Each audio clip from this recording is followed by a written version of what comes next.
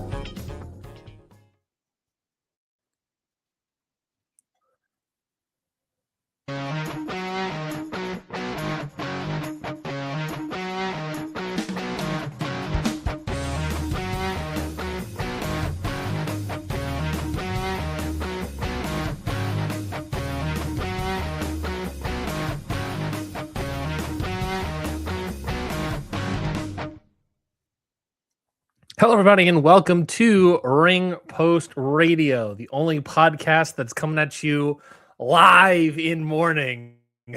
As you can tell with Scotty's video, if you're one of our video viewers. I'm your host, Ryan Knightsey, and with me, as always, is the man, the myth, the legend, Scotty Edwards. Scotty, how are you doing on this fine Thursday night, I guess? Boy summer. Now, They bring the torture. No. Show uses a wrench.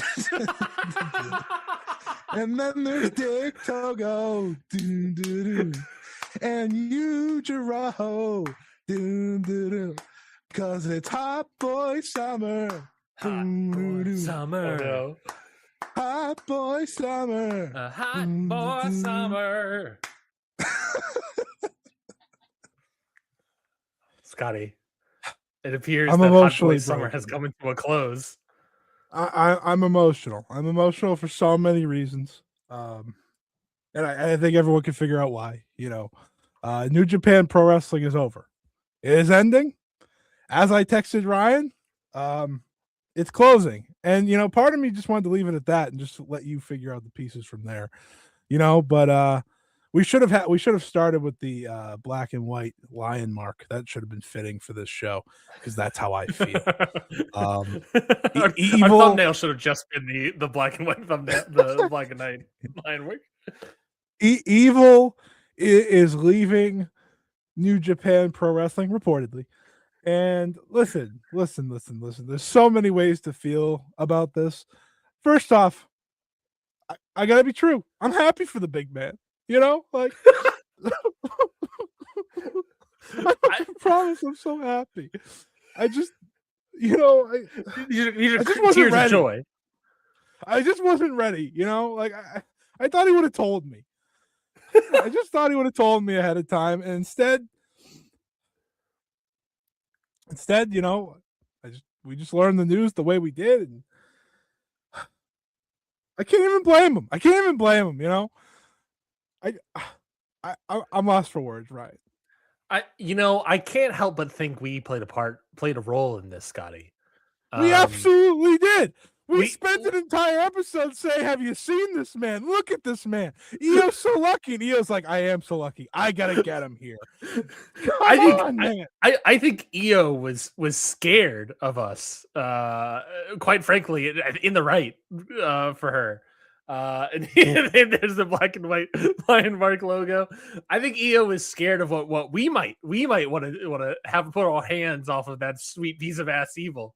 And I don't blame her. I don't blame her at all, Scotty. She called. Do you see how close she is to Hunter? Get that big old. Maybe it could be. To be fair, hold on. It might never be us. It could be Hunter and Evil being like, "All right, I need to get in there." Oh, who does that with my wife? I had so many emotions, and people may laugh at me. I did have a lot of emotions when I read it. I was like, first of all, I can confirm Scotty was not happy about it. No, I'm not happy about it for multiple reasons. First off, I think New Japan fumbled the bag here. I think they were like, you know what, we don't see it happening, and then they're like, oh, it's and you know how I could tell? Because there was no part in their booking where they were preparing for Evil to be gone. Not a lick of it. You could tell. I mean, there's an argument that like after the Aaron Wolf put over, it's like, yeah, you could see that like Evil's done his job and he can move on. Like it is like a point where you can move away from Evil for Sure. sure. But I do agree that it's like they are wrapping up all of these other Yeah. threads of like Bullet Club and Right. everything. Yet House of Torture is like, yeah, we're still going to use House of Torture, of course. Why don't we get rid Right. of We're that? just like chilling. Yeah, I am legitimately, this is the one time I'm gonna say this. I am legitimately thrilled for Evil. Because listen, he's gonna go get paid to be with his significant other, and he doesn't have to travel back and forth at WrestleMania time. I'm assuming, that's part of it. I am happy for him. But here's the Seemingly other part. seemingly the only moment, only one time of the year where he sees his wife, as far as It we feels know. like it. Um, he does usually take a break after Wrestle Kingdom. That is like a famous thing he does.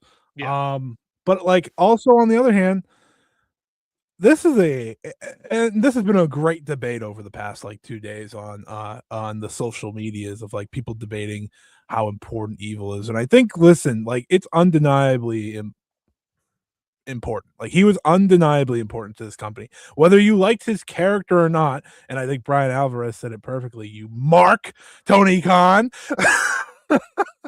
um, he did so many great things yeah. for that behind the scenes, And as Tom Lawler said, and I think he's a Ring Post Radio listener, stop healing the business, baby. That's what they're losing. They're losing the guy. They're losing the guy. I'm not. People may come and listen to the show and be like, "Oh, he's got to be kidding about Evil." I'm not. Okay, there's not a lick of kidding here. When hit the music. That is important. And now he's gone. He's going away, reportedly. Like again, until they say it, we don't know. And who knows? Maybe he'll change his mind. Doubt it. He could change his mind. It's also like, and this is my like asterisk to the whole thing. Evil has like not done this before, but like he's done like other things where he's like, oh, I'm now like the president of New Japan, or I'm going to lead the company, or he's Yeah, like done things, and we he do has know that done like that. he is like you said, he Right. takes a break in after Wrestle Yeah. Kingdom typically. There's a lot of things. Now, granted, the fact that it's surrounded by a seeming exodus of people isn't a great look. Yeah. The fact that it's surrounded by, even more specific than the exodus of New Japan that's seemingly happening, it's surrounded by all these like former LIJ people having their schedules and leaving and all these sort of things. Every single one of them except for Shingo. Who is lowering his dates and wants to work in other places. Well, he should lower his dates. He got married. I agree. I agree. He's in more important life. But this idea of like, the whole asterisk of the reported thing for me is that like, it is Evil, and we do know how he is like legitimately a backstage person. That he is a trainer. Yeah. That he helped train Aaron Wolf. That's why Aaron Wolf had the first he match. So there's guy. that element that whole it hangs the whole thing in the air for me. In some ways, he was like, in terms of like the roster wise, like probably the top guy to report to Tanahashi. They've always had an incredible relationship, which I don't know how many people know that, but that's just the truth. So losing him is massive. I do not care what you feel about his House of Torture character, which by the way, he was fantastic at. Yep. See any episode after a big Evil match.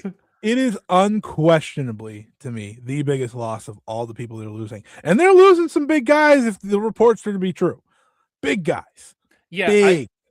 I don't actually disagree. And look, people have a lot of big opinions on Evil, and I do think that there's a not cultural, but sort of a booking thing of House of Torture. A lot of people don't like it. A lot of Western people obviously don't like it. Not everyone knows ball. I get it. Everyone understands the ball. We understand. But it is this thing of I don't disagree with you that I think so. Let's backtrack. We should probably talk about all the people that are. Yes, there is a reported rumor going around. Started with Brian Alvarez, Ali Doop second, maybe started also with the Super J Cast, on their Discord, and maybe Ali Oop does an assist from Voices of Wrestling as well. They're talking about that there is a sort of exodus of New Japan wrestlers happening at the moment. Yeah. Led, not led, but I actually do think like the big name here is Evil leaving, especially if he's also a backstage guy. He's like a trainer there. Is he a head trainer? I don't know, but he is some sort of trainer. The other names, and I should say, it is Evil to WWE, as you've sort of alluded to, of going back to his wife. Is Evil to WWE is the rumor. I honestly don't say significant other because I don't really know beyond what I don't know what their exact relation is. Sure. Yeah. So outside that, you have which might be news to people anyways. Yes, the other rumors are Gabe Kidd to AEW. Not a rumor to me. That's just like that is like a 99% accurate rumor. It's a rumor by asterisks. Yeah, for me that's like a no shit. Yeah, that's a no shit to that one. David Finlay to WWE, which I think is not unexpected but stinks. Sure. Yeah. Like to me, I think in terms of in ring, that might be one of the bigger losses for me. Well, for what it's worth, I thought him leaving anywhere was like I thought him leaving New Japan for anywhere sucked. Yeah, agreed. I didn't want him going to either promotion. I want him in New Japan. He's a guy that just like gets fully lost in the shuffle in WWE, and I think honestly, Scotty, I thought he got lost in the shuffle either way. I agree. I think he gets lost in the shuffle no matter where he goes. I love David Finlay a lot, but like I do quite frankly think he gets lost in the shuffle. And there's a degree of going to WWE because if he goes to AEW, he might end up reuniting Finn Juice, which I'm not against it. Which maybe he doesn't want to do that. The other things there were Hiromu going to Noah. That seems like not a Gabe Kidd no shit sort of level, but a sort of it feels that way. Right, like a writing on the wall type for sure. Yeah, that's sort of writing on the wall. And I believe that was all the names, if I recall correctly. Outside of that, we also know that Sonata is taking some time off in New Japan. Shingo, as we just said, wants to lower his dates. He just got married to Natsupoi. So wants to crazy couple. So that as one of my friends said, this is the craziest thing I ever woken up to, and I woke up to Okada leaving New Japan. But so he wants to not only lower his dates for New Japan, but also work other companies, which is very interesting. And I think that was everyone. I don't think there was anyone else, at least that we know about. But that's pretty much everyone. And all that's to say is that like I do think Evil's the only one to our knowledge that has any sort of backstage role here. And I do think that Evil would be pretty big because he's also the biggest heel in the company, more than I would say. Yeah. He has a backstage influence. David Finlay, kind of aimless to a degree, 2025, but him leaving would stink, but I also kind of get it. Gabe Kidd, he's been one foot at the door all of 2025. Who cares? Hiromu, I think would be a little bit of bigger fish in Noah, but also he's like the head guy to a degree of the junior division, New Japan. And him leaving is a massive Jenga block that is falling out from that junior division in the midst of the junior division completely collapsing in front of our eyes for some reason. So that's really bad. It's a really bad list of names, I would say, Scotty. There are a lot of other people you could pull out or whatever, but it's not great. It's not a great list. I will say this about New Japan. I think they were very clearly preparing themselves for most of these. Yeah, I think I think Finlay to a degree. Gabe Kidd, obviously. Hiromu, I would say as well.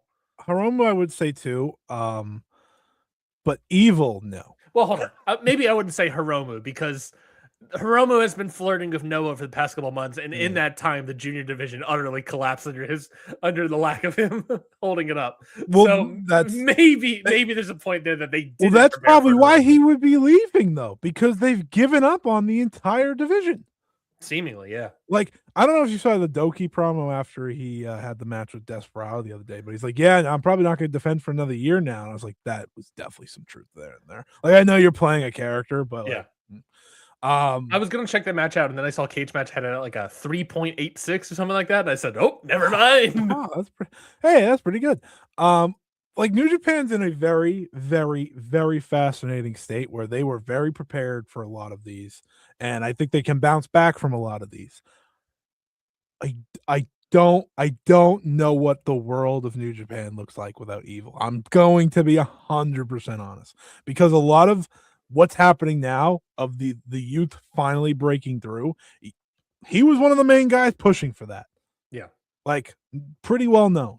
And he helped train a lot of these guys. He helped pretty much make a lot of these, like he was used to make Aaron Wolf after all. Like Yep. he did a lot of work for this. I So think him being I think gone, not fully, but to a degree, helped legitimize Yota Tsuji a little bit more. yeah, absolutely. Mhm. Absolutely. Um makes the G1 final look extra funny. Uh but like I I am upset not for Evil because I'm happy for him because of like the dynamic here is, you know, he's gonna go get paid a lot of money to probably go be happy. Good for him. Yeah. Happy for him. I am sad for New Japan because This is I another just big think it's loss. such a huge loss. Like I joked and said this is bigger loss than Okada, Naito, and Tanahashi combined. And I was like, no, probably not. But it is probably like in terms of the dynamic that he has with that company, Yeah. especially behind the scenes, that size will be felt. Like Yeah. it will be felt in so many ways. And by the way, he was over like big merch seller and all these different things. So it's not like he wasn't a draw per Mhm. se either. But I don't know if you saw like the Corkin numbers this week. They were like 1,009 on Monday and 1,200 on Tuesday, which like they're good numbers. Don't get me Yeah. wrong. But for New Japan, it's like, ooh, not Yeah. all right. You know, I'm watching Stardom get 13K per show at the very least. It's just a fascinating wave we're going through here. And now New Japan needs to deal with these types of things right now because just push the young. You know, I don't care what the attendance will come. But I do Yeah. think I mean, Evil is massively important in a way that people I think are underappreciating because they just may not like his House of Torture character. yeah, I do agree with you. I also agree that I don't think Evil by his lonesome is as big as losing like I won't Osprey say or Okada. Okada. I think it's bigger than Osprey. I I think it's bigger than 100%. I don't know about Osprey. Bigger than Jay White for sure. I think he's bigger than Osprey because Osprey was just a wrestler That's who fair. was always going to leave and a foreigner. That's fair. That's That's not. fair. It's different. But also, I think like the I'll package only because give Okada that's the other thing here that we're talking about here. It's not just full pack. seemingly, reportedly, rumored, not just one guy. We're talking about 4 people. That too. Yeah, it That's all happening at once is rough. That's real rough. And look, and that's the other thing. These are the rumors, these are reports. Could someone's contract be renewed and decide to stay? Totally plausible. All these things are totally plausible. Someone could stay. One of these people could stay in New Japan. If I were to put money on it, I would say either Evil or David Finlay. but, It sounds like it just sounds like based on Evil's everything I keep reading. not staying though, no matter what. Evil sounds the most likely out of everything I keep reading. I'm like, that's crazy. Like, Yeah.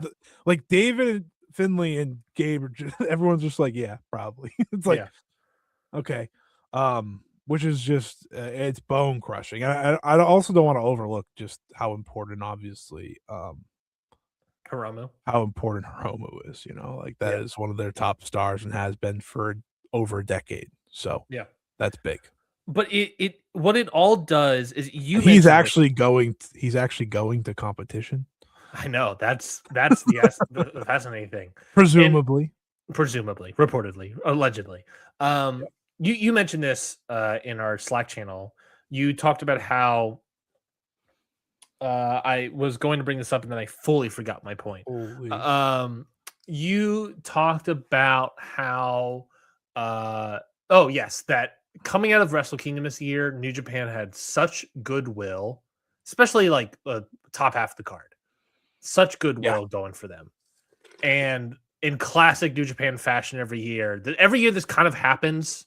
In the past couple of years, it's definitely happened with Okada, Osprey, White, you know, that list. It feels like it happens in an unexpected way every year. You know, like we like even Osprey, we expected that, right? We knew Jay that White, there was an expectations to a degree. But Okada 2 years ago, Naito last year, Yep. Evil, Hiromu, Finley, and maybe Kid. others. Yeah. Well, I'm just talking about You're like the talking about Japanese unexpected. guys. We expected Gabe, right? Like that, duh.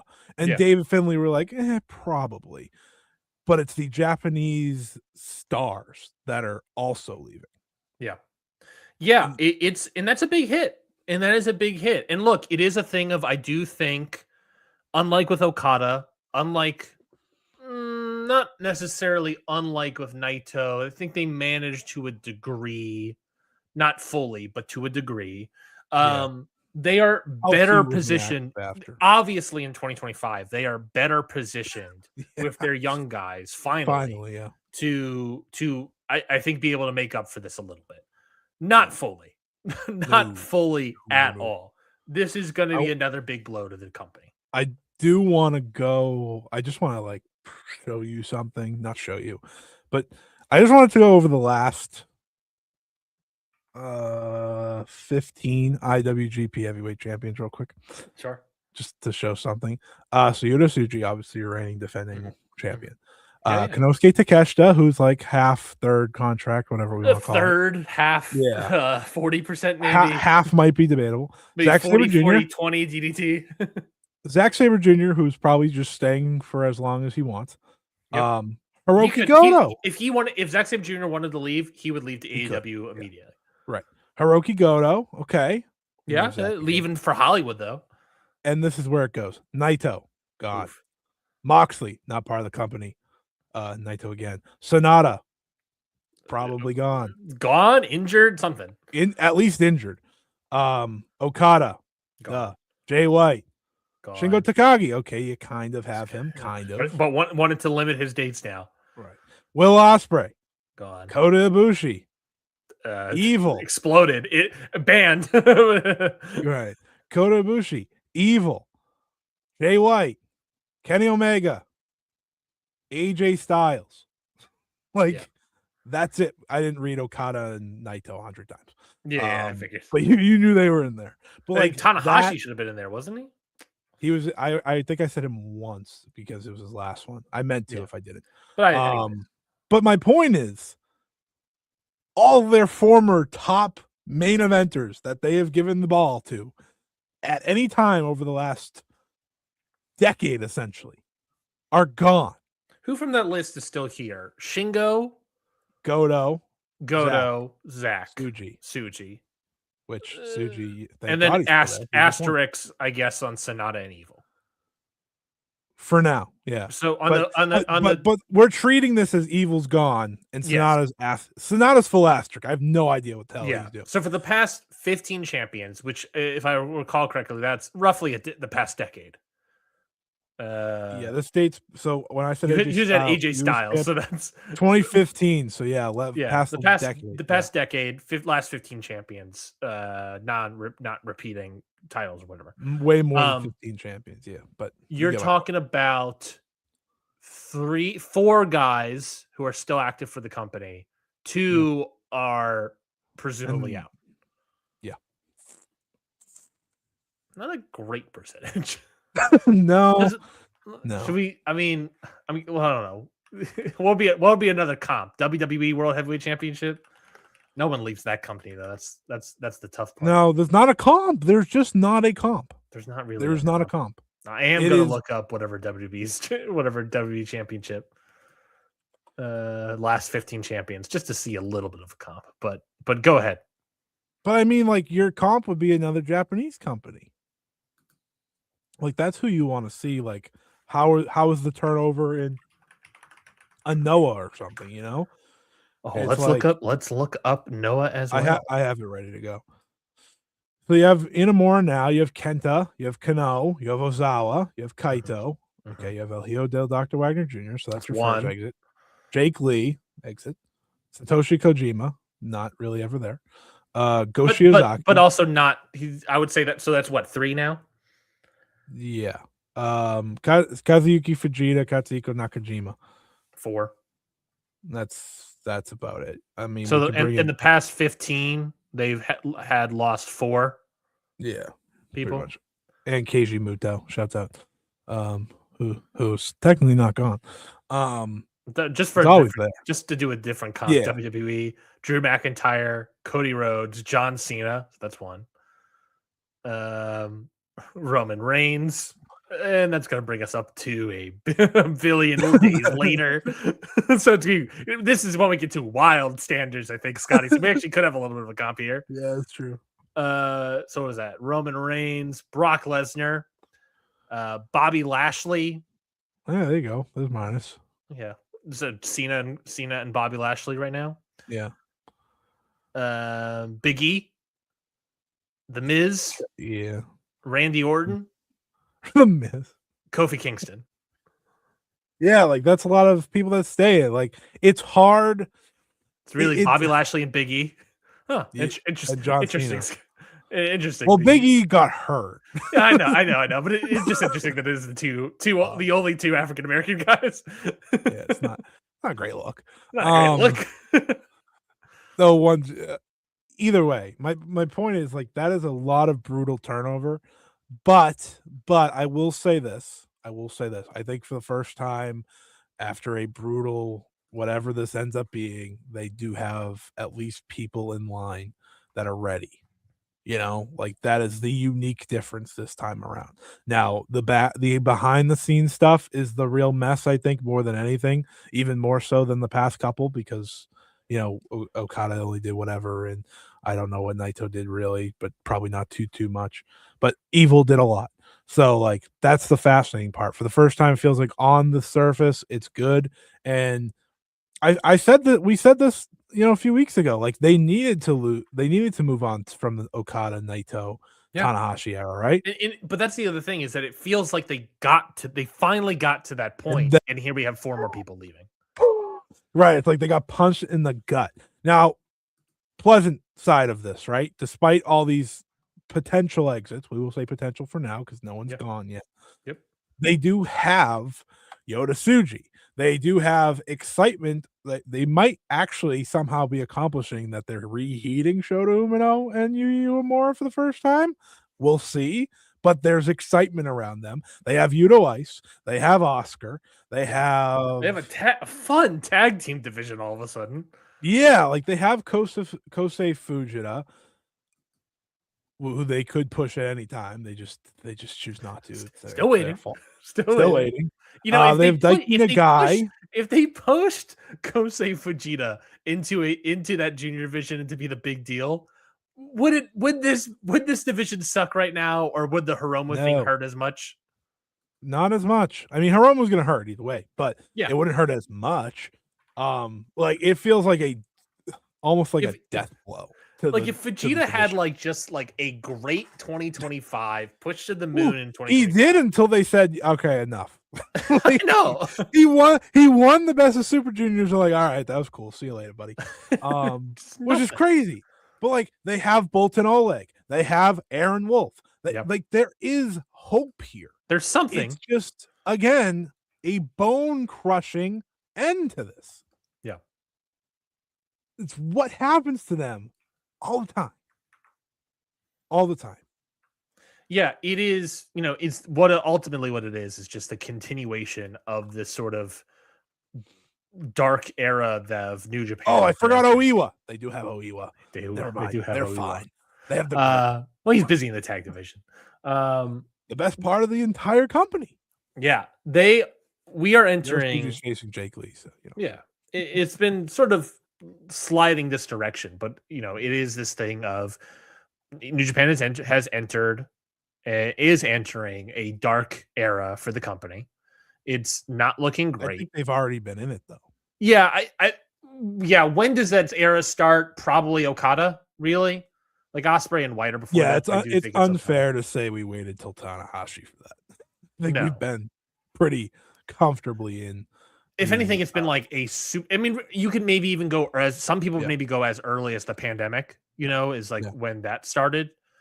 Sure. Ironically started with Evil. But you know, that idea of if anything, it's been a long transition to get to this period. And it does feel like we are entering that period already. I think we're fully in it. That the company is just going to be in a dark time for a little bit. It's not the heights of where they were no longer exist. If in fact other companies, so much so that other companies are reaping the benefits of that. Noah has had a strong year. Stardom an incredibly strong year. Noah also getting former stars Hiromu, Naito, Bushi, uh, Well, this getting is rid of Jake Lee. This is a fascinating side discussion to follow this. New Japan hasn't made moves to sign anyone in what feels like forever. It's I think it's just been Jake Lee and Aaron Wolf. I think that's Right, and pretty much the only signings they've made. No, because they just use like an AEW guy, like Takeshita. Exactly. I'm trying to legitimately think of who else. Who's the last Japanese? So like Jake Lee, right? It's Jake Lee or Aaron Wolf for sure. Beyond and then that, before that, and Jake Lee, by the way, signed 2 years ago, so he's been around for a while. I know, but he was injured also for a whole year, so it's also I'm just saying he was still signed a long time ago though. The young lions are always tough because it's like they're young lions. They do seem to be going hard with them though. I mean, there was those sort of movements towards they want Bushiroad wants the young lion process to go along faster. The excursion, all these sort of things. So they're just pushing them up. I wonder what made them think that. Was it Shota Umino and Yota Tsuji being gone for 7 years? Possibly. Old Bolden Oleg, young lion though as well, but that's something. Callum Newman would be somebody that they picked up. Didn't really. Was he a young lion? I guess he was. No, he wasn't a young lion. He was a Rev Pro Osprey. Yeah, so that would be someone that they picked up fully. But this is still proving my point. It's not a lot. Francisco Akira was like pre-pandemic, so I'm not going to count that. Really. Well, he was pandemic, but yeah, but again, my point is, are we going to count Hartley Jackson? I do like Hartley Jackson, but again, you're just proving my point. Yeah, they haven't made a big move since really Shingo. Shingo was 2019. Oh yeah. Yeah, in terms of like picking up a local Japanese big name from a different promotion, it's Jake Lee and then Shingo. That's crazy, dude. Maybe if you want to be like pedantic about it, maybe Takeshita since he has a dual contract. I don't. I'm not giving act like that counts. Yeah, exactly. It doesn't. So it's just fascinating, like where this company is. Yeah, I think they are no longer in the strong position. That is why a lot of New Japan hardcore fans are upset, especially when it comes to the AEW partnership. Is that for so long during this period of the glory days of New Japan in the 2010s, they were in the strong position over these other companies where you can take other stars and control the partnerships. Now they're not. Now they're losing people to Noah. They're losing people to AEW. They're losing people across the board. So I was having this discussion with someone yesterday. I made a full list of everyone Bushiroad has lost the last few years. Okay. And who they've added. Is this Bushiroad as in this counts New Japan and Stardom. I was just about to ask. Perfect. I think it is notable. I agree. Lost. So here's Lost. This is counting all the people we've talked about. Okay? Yeah. Evil, Finley, Naito, Hiromu, Okada, Gabe Kidd, Sonata, Bushi, Mayu Iwatani, Tam Nakano, Mina Shirakawa, Julia, Utami Hayashishita, Victoria Izuki, Mai Sakurai, Mirai, Jeff Cobb, The Tongans, Will Ospreay, Jay White. Here's who they've added. Well, real quickly, do we want to count Mariah May or Megan Bain? You can. Well, I won't count Megan Bain because that. She's been back lately, but you can count Mariah May if you want to make it worse. I guess if it makes you happier. Well, I'm listening to the list. Yeah. I'm trying to think of like who else. The Tongans were also a lot of people. And yes. I just Tama, Tonga, Hikuleo. Yeah, here's who they've added. Did they lose Rocky Romero? I don't know. I guess so. Yeah, you could probably add him. These are other people I'm just thinking of. Lance Archer, does he count? But it's proving a point. This is all I counted that they've added over the past like 3 years. I think 2020 is the inflection point. That's too far away. My brain didn't work, but you can add whoever I don't have. Jake Lee, Callum Newman, Aaron Wolf, Bozilla, B. Priestley, Fuachan, and Maki Ito. That's it.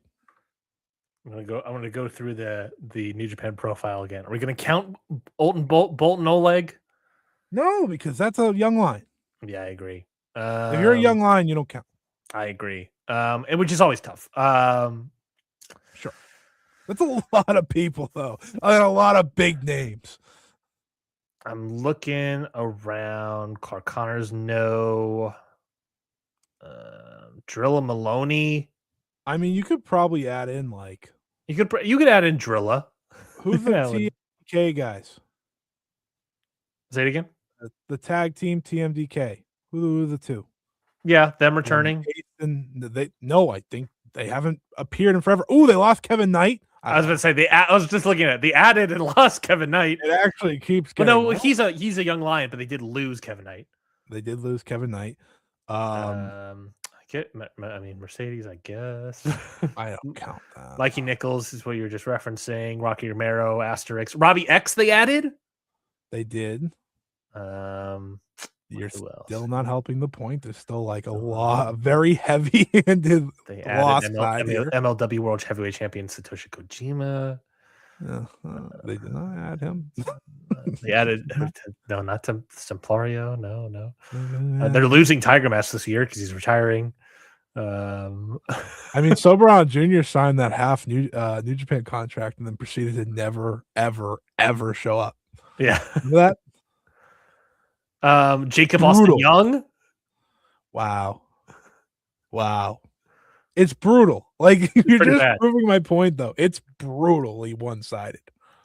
Yeah, I would have to like go to do a full comp to this. I would have to like go through and be like, it depends how far back we go. Who do they pick up and lose between like 2010 to 2019? You know, because I only went back to really Okada as exit, and then well, you said Osprey in there too, but that was the same time.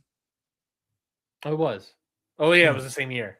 Yeah, so like, it's just backbreaking, man, and it's just I've asked New Japan people all the time, like, are they gonna like try to pick up anyone? It's like how do you not look at? I don't want poaching, whatever, but you're New Japan Pro Wrestling, so like get a grip. Like, how are you not looking at any of these other companies around you and be like, we need to try to sign this guy, we need to try to take this guy? Like, how has that not happened once outside of Jake Lee? It's tough because it is like this thing of whenever you hear these cuts, you're always talking about this idea of the yen being an issue, right? And there's rumors that it's not the yen being an issue. Yeah, exactly. Because, fun fact, Ryan, the yen's an issue for all the Japanese companies, so it's not a problem in this. And they're bringing up Naito, Kenta, Hiromu, Bushi. All Japan got Go Shiozaki. Like Noah is potentially paying Tetsuya Naito, Hiromu Takahashi, Bushi, all three of them. Mm-hmm. I'm gonna tell you right now, they're not cheap. Kenta, Kenta. They brought back Kenta. Yeah, they have benefited greatly. Yeah. Oh, New Japan lost Kenta. Thank you. Yeah. Yes. Like it is stunning. It is stunning. And I think like all of these potential at once really put it in perspective. Like, man, you expect the foreigners, but the Japanese talent, it's big.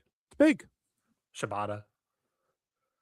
Yeah, I guess. A little bit of an asterisk of Shibata, but they wouldn't let him wrestle.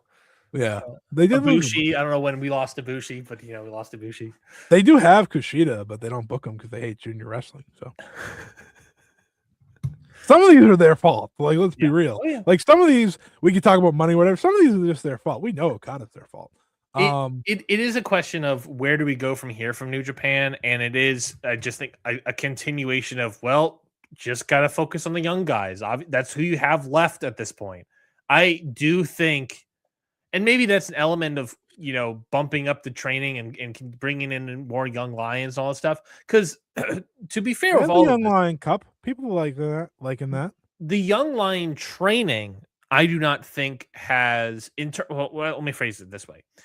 The amount of trainees that they have gotten has not slowed down. If we want to pinpoint anything, right? Sure. That we Which is had enough good. of the Young Lions to do a Young Lion Cup for the first time in a while. You know what I mean? Like, I think it's picking up. if anything, it's picking up. So if anything, and the fact that not only are they picking up the trains that they're bringing in, but they are speeding up the output of the Young Lions and seemingly foregoing the excursions at this point. Yep.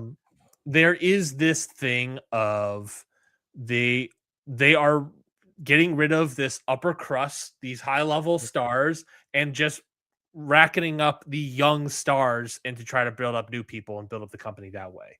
So if anything, the hope for the future is look at the Young Lions as usual, of New Japan, see what output you can get from that. You get your Oleg Boltons, you get your Aaron Wolfs, you get your Kosei Fujitas, you get your Iwas, your Sujis, now get all these people up and start shoving them up the card. Oscar Lube and Yoda Ice, it is starting to work out. Oscar, Yoda Ice, Suji, it's starting to work out. Now it's like this is what I'm talking about. The hope here is it's starting to work out. It's starting to pay. They're starting to get some dividends. Yeah. Just continue on that path. You could maybe finally get through this. So let's look at the Dark Ages a little bit. That's true. Let's look at a few things here, though, right? Like, so I'm looking at the schedule. Yeah, Evil's not booked. Great. For a single match. Radical dog. The entire tour. Radical. He's gone. He's gone, man. I'm telling you. But I want how awesome would it be if after that awful Jake Lee match, Evil comes out and attacks Yoda Suji. Dude, they'd be so honored. They'd be so lucky. I'll be hanging for the let's go. Instead I need him to win the Royal Rumble. He tweets at Brian Alvarez. So to point out something, kind of giving you I think where they know their directions are going, looking at the not road to beginning, looking at the new beginning in Osaka. Yeah. Okay. This is the upcoming card of February, correct? This is the big one on February 11th. So your opening match is Taiji Shimomori and Hiromu teaming up, which is unique in itself. They'll be facing Jacob Austin Young and Francesco Akira. You have Drilla Maloney teaming with Shingo, which I believe is Shingo's return match from his current injury that he's dealing with. Injury, honeymoon, Against Hanare and Great Khan. And then you kick into the title matches. You're getting it Oleg, Yoshihashi, and Goto versus Zach, Oiwa, and Hartley again. Then you're getting Gabe Kidd versus Andrade, which is interesting. I'm guessing that is an Andrade win, and he challenges Suji at the US show. That's kind of what I'm that seems likely. Guessing. Or one of them win and challenging Suji for the global at the US show. I guess that could still be Gabe by then, but why would you have a main event to show where he's leaving? Yeah. David Finlay versus Callum Newman. I think that screams Gato turning on David Finlay being gone. I think that's kind of a punch in the face. Hello. Aaron Wolf versus Ren Narita, which could be Ren Narita taking over House of Torture. Oh, I didn't think about who replaces Evil to run House of Torture. Who's got the stroke? Who's got the stroke to replace Evil? He's the only person they've even remotely built up for that. So I'm going to guess it's him. You have Oscar and Yuto They did do those weird Zack Sabre Jr. title defenses against Ren Narita.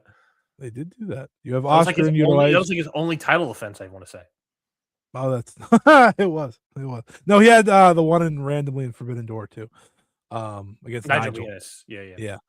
Then you have Yuto and Oscar versus Yuya and Shota, and then you have Yoda Suji versus Jake Lee. Nigel McGuinness leading House of Torture. Interesting. Please don't do that. But I don't know. I think New Japan showing their hand on some here. Evil not being booked at all is something. That goes back to circle back around, Scotty, to what I said earlier. Everyone else is booked, but not Evil. I don't know, maybe he could always throw you off. Maybe Evil's He can always throw you off. He is a master worker.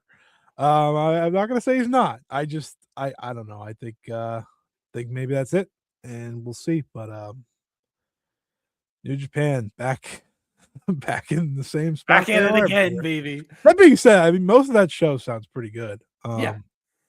Except for Jake Lee, but hey, even if half the card is going to leave the next day. right. Well, we'll find out. I mean, like I said, I think that they're in a better position now, but it is still going to hurt. And we just have to kind of. They're in a better position now, but they're losing a lot. They're just losing depth too. Like they're not only losing like big things, big players, big drawing stars, legendary wrestlers. They're just they're losing major depth for their roster as well. Yeah, massive heel, big mid card wrestler, up and coming mid carder, upper card wrestler David Finlay, upper card junior and Hiromu. For the past like 2 years or like 3 years, your top two heels and David Finlay and Evil just gone. That's a great call. Is it who's the next heel? It's Jake Lee, I guess. It's Jake Lee. It is going to be the United Empire and whatever House of Torture is. Yeah, and that's the other thing. If you're looking at the Gato turn. So Red Narita and Callum Newman. Yeah, it's young guys. People have been wanting young guys. I'm not crapping on it. It's what they need to do. Yeah. Yeah, and I do think I do think that that's talking about like the optimistic viewpoint of this is that like, look, it looks like as the cards are coming together, it looks like we're pushing towards young guys of Newman and maybe Ren Narita. This is what people have been wanting. It's what they need to do. It's what they should be doing. So I don't care if you like Ren Narita or Callum Newman. I don't care for Callum Newman. I have no feeling towards Ren Narita, though he did have a good showing against Zach. Yeah. There's something there. The thing about Ren Narita is that there's something there. And by the way, Callum Newman announced he signed a multi-year deal. Yeah. So that's good for them. Yeah. Like that's a good thing for them because they're clearly ready to get behind them. And like I said, the fact that we are just a few days removed from Shota Umino and Yuya Uemura coming off like a legitimate thing that people are excited for is like hope. Especially with Mr. Shota. There is hope. There is some optimism. All this stuff stinks, but there is like despair out there, but I don't think it's as bad. My vibe check on social media isn't as bad as, the Okada Ospreay, even White to a degree. Yep. Doesn't feel as bad. So look, there's something. I think it's not great. We'll see if they're able to keep any of them. But I think it's not great ultimately. So we'll see what happens, baby. I can't say like who's the most important to keep. It's Evil, obviously. It's Evil. Do you think they keep any of them? Gut reaction. You don't have to pick one. Do you just think they keep any of the people that are now rumored to leave? If I'm New Japan, I'm trying to keep one. I gotta. You're not rolling over on this one. If I'm keeping anyone, it's David Finlay. Like, I'm keeping anyone, it's Hiromu. No. You're wrong. You're wrong. I know I'm wrong. You're wrong. I know I'm wrong. Take bias out of it. What are you talking about? He's one of my favorite wrestlers. Like all my charts say he's one of my favorite wrestlers, Scotty. Hiromu's the biggest star, probably. And I say Hiromu also because he's going to competitor. Yeah, and that's fair. I don't disagree. Your bias for David Finlay is just too much. It's showing. Well, the thing about it as well with Hiromu is that just emotionally broken. He's going to WWE too. So I am. The junior stuff of it all for Hiromu is like the division's already fucking busted right now. Yeah. So like keeping Hiromu, losing Hiromu, it's like it is a solid pivot point of the junior division where it's so bad that you could pivot into something new like Fujita, even though you should have pushed him this year. Like, so I think that might not work fully because you should have pushed him last year. You know what I'm saying? Like losing Hiromu sucks, and you should have Hiromu around, almost like in a Kushida capacity, where you can help transition better This, to the next stage. But it's yeah. so fucking bare boned structure that you can almost just What if, lose him. Like it's like Hiromu is like the walls to a house, but yeah. I'm just at the foundation. I could just we'll get rid of the walls and get new walls and figure it out later. But like I have to figure it all out again. I start from scratch. I still have to I pour will the foundation in here. I will say this. What if Hiromu was like a reverse Kushida? And I say that like, remember when Kushida left? It's because he wanted to be a heavyweight. Yeah. They've been kind of like teasing the Hiromu heavyweight thing. And For people have been putting that tag on Hiromu for I don't know 5, what 6 if years now. what if he's like against that, and that's why he's like, no one wants me as their top junior. I'll just go there. Maybe. I That's mean, possible it's totally possible. I mean, it's also because they don't give a shit about the junior division, so they probably want him to be a heavyweight. that's also possible.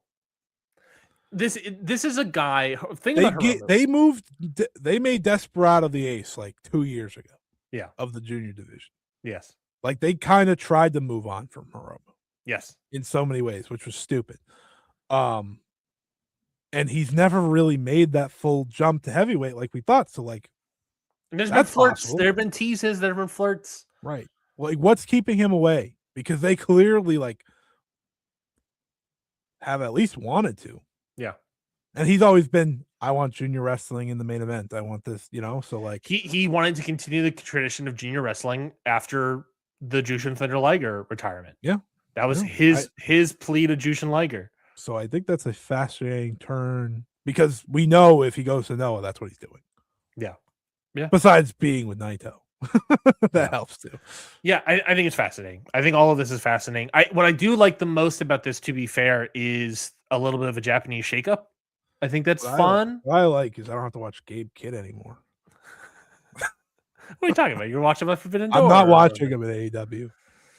Gabe Kidd, dual contract. Gabe Kidd. What are you talking about? You can still see him. We haven't really talked about him. Has anyone had a bigger downfall in a year span?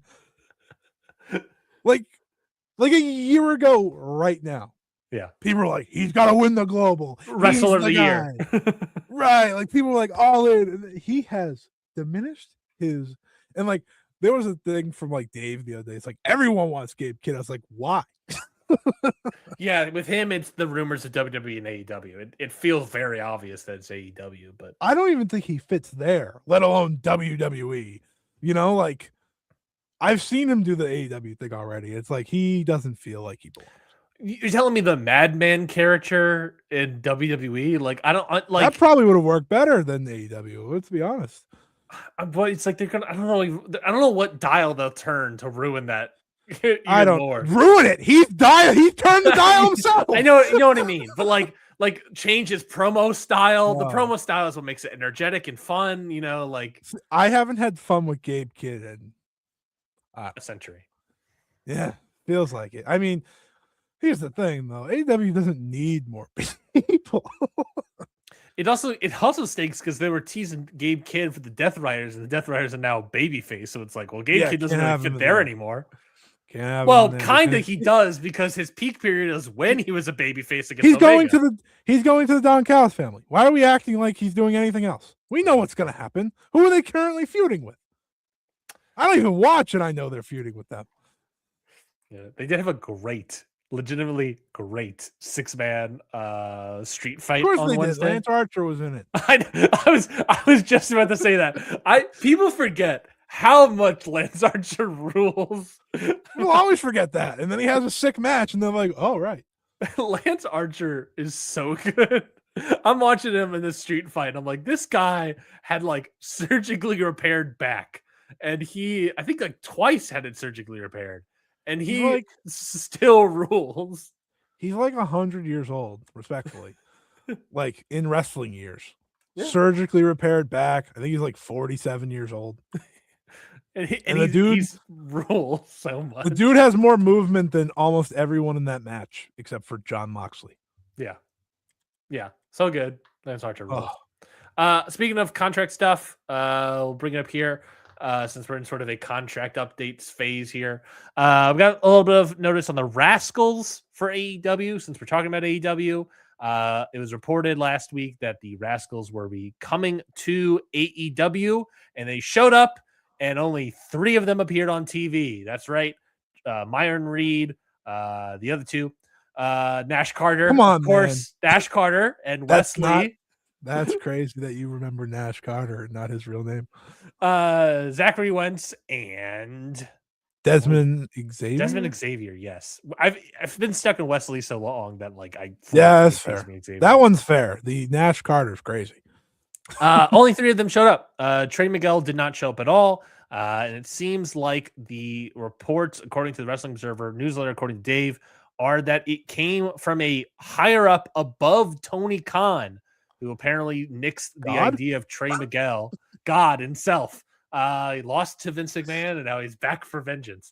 That's crazy. Someone above Tony Khan, seemingly, which one would think WBD, had nixed the idea of Trey Miguel coming into AEW. So much so that Trey Miguel has no longer works for the company. His contract null and void, I guess, and is now going on a leave of absence from professional wrestling altogether. So, Fightful had a report that TNA is probably bringing him back, as they should, as they really should. But what are we thinking about this? It's very eerily reminiscent to the Jay Briscoe stuff with a similar Warner Brothers Discovery person nixing the idea. What do you think about this? It's awful. How do you let this happen? Mm-hmm. Like, how do you not have this check to the point where he's not signing a deal beforehand? Like, clearly they have to get these things checked before we just give out contracts, because this guy's career essentially went whoop whoop in seconds. Yeah. Like, that is brutal. Brutal for, like, I understand why he's taking a break. And, like, listen, he made whatever mistakes he did. I understand that. There's another Rascals member that has also made some mistakes. But it's neither here nor there. But it's just like, it's crazy this has happened again. Yeah. Like, at least with the Briscoes. No, actually, no. Not even with that. Like, it's very confusing to me how this is possible that you can give someone a contract and then they're cut. I feel like there is a miscommunication here. Like, you're doing a background check after. Right. Do it before. Yeah. Because, like, that's got to be backbreaking for a Trey Miguel. It's got to be. Like, do you blame him for being like, yeah, I'm going to take a break because, like, fuck, man, I just watched all my friends get signed, and now I'm a free agent again. Like, I was about to get probably life-changing money, a full-time contract, and now it's gone within a week. Wrestle with my friends again, wrestle with, Desmond Xavier again, I literally said to you, wow, it's the first time ever we're signing all 4 Rascals for, like, that's never happened. It's never happened. No one's ever really signed them all to the same company at once. Even when they had him in TNA just now, Myron Reed wasn't signed to a deal. Yeah. It's like, it just, I don't know. It sucks. It just sucks. Like, you can feel however you want about his comments, and understandably so. But from a human perspective, come on. Like, imagine, right, just imagine signing a deal, right? You're working for TNA. I start a new job on Tuesday, Scotty. There you go.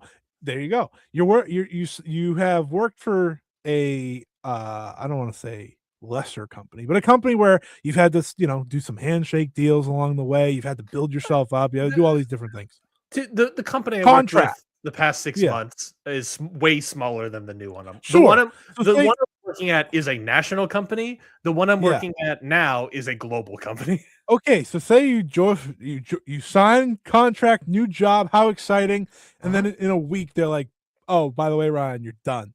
And it's like, that would suck. That would suck so much. Right? Like, you have to treat it that way because that is what just happened.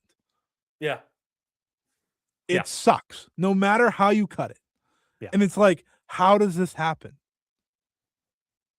How does this happen? And to be it's clear, nice that TNA is probably going to bring him back. Like, that's cool. Good on them for being like, yeah, no hard feelings. But it sucks. And Ryan, let me add, like, your best friends are also at your job with you, and they all get to stay, and they're like, fuck you, Ryan. Yeah, if me and my 3 best friends go work in this new job and a week later I get cut. Yeah, it's like, now, granted, I this is not us trying to do any sort of washing for these comments. Because no, I don't not to at be also all. clear, I don't remember what these comments were. I know that they were in 2020. I believe they were vaguely homophobic, and I Yes, also I believe know so. for some reason David Starr is involved. Yeah, which is not good. which he's an awful person. So I don't know what, because that's the other thing. The fact that David Starr is involved is like, are these directed towards David Starr? He's a bad guy. He's a worse guy, Yeah. arguably. Yeah. So I don't know who. We're I don't not. want to say right I'm or not wrong or anything, but No, I'm not disregarding the comments at all. They are wrongful comments. But what I am having the problem with is just how this all unfolded. and it's also the thing of, we have Because it's the second time it's happened now. Trey Miguel has also spoken about it. He put out a tweet saying, he's basically, this was a tweet. I made a lot of mistakes in my time. I've always apologized and did my best to put a better foot forward after. I don't preach hate, and I don't take any pride in being hateful. I'm a man of faith. I believe in forgiveness and only ever preach that I'm a different man today. Sort of similar comments to the Jay Briscoe stuff. Again, making homophobic comments back in the day. Granted, way older. But back in the day, and seemingly changing, there's longer track history of Jay Briscoe changing, obviously, than Trey Miguel. It's only been 6 years. Though, man. But this idea of like a person's changed, but they're still haunted by their past comments, and we're not going to allow that. Listen, I don't know Trey Miguel. I don't know the person. There are worse people that are still allowed to sign contracts right now. Yes. In every company. Yep. With like other things, I don't know. I just think it's it's a tough situation. This is going to sound as a different transition, but it's not like they haven't brought in like other controversial people. They brought in my point. They brought in that Try guy for like a dark match gimmick thing. There was one of the Try guys on YouTube. Okay. I forget what his thing was. It was something about his wife. He brought him in. I don't want to say this incorrectly, but they brought in Martin Stone, and I thought he was a speaking out guy, but I don't see anything about it unless it's fully gone by the wayside at this point. But they just brought him in for that Baron Corbin match, that dark match. I don't want to just like name names. They have people that are employed. Yeah, as you said, there's a Rascal that had some stuff, and look, the Rascal stuff, the Nash Carter stuff is a little bit different to a degree. They're probably bringing in Gabe. They're probably bringing a Gabe Kid. That's a great point. Like, I don't know. There needs to be consistency to me. Yeah, it's what it is ultimately is it seems like a lack of look. If anything, the consistency is about homophobia. If you want to, that's true. I guess you want to pinpoint homophobia. It's not about anything else. Which is bad, by the way. Just want to point that out. That is really bad. All things, good things are good and bad things are bad. That's what we've always said on the podcast. There are really bad things. Yes, and it is an inconsistency. The consistency seems to be in regards to homophobia, which I guess Jay Lethal have something. I think is the Jay Lethal thing that he like is friends with. I'm not going to name anything. I don't know. I'm just asking a question. Yeah. Well, I think the Jay Lethal thing is that he's just friends with that pedophile trainer. That's not great. I don't know. I don't know. And this also comes off the same week that a photo got released.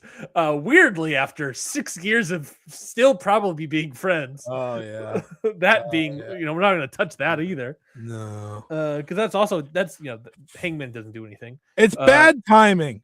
It's just a lot of things. It's just a lot of stuff. And never mind. I'm not going to do it. Anyways, it's hard to discuss this because one, we don't fully remember everything. Two, You're right. It is an inconsistency issue. It seems to be consistent about homophobia on but a overall basis. on an overall basis. There is a consistency here, and again, for me, it's more of the problem of signing him and then cutting him.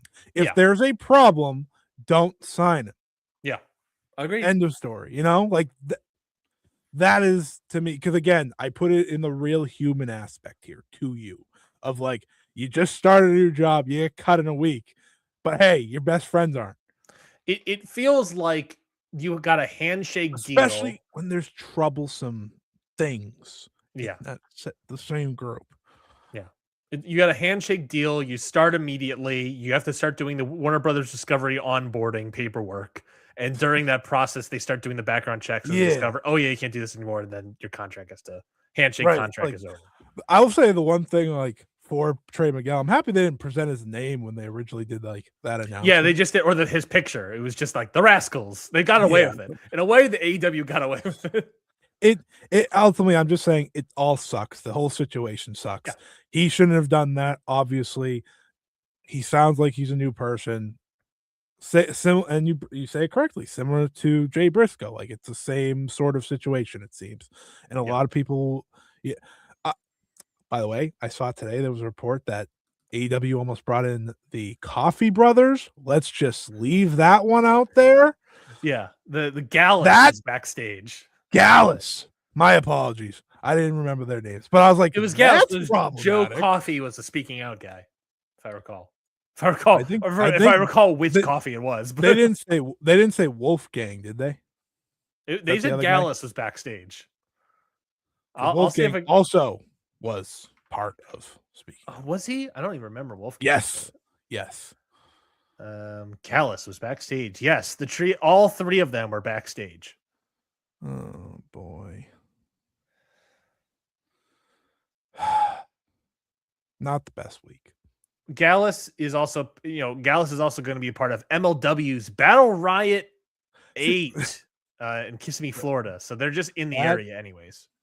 Yeah. And this show was in Orlando. It is a thing of like these people backstage. You get these reports all the time also of like these people backstage, and sometimes it means something, sometimes it doesn't. That's why these get reports. That's why these reports get traction for Fightful. Sometimes they mean something, sometimes they don't.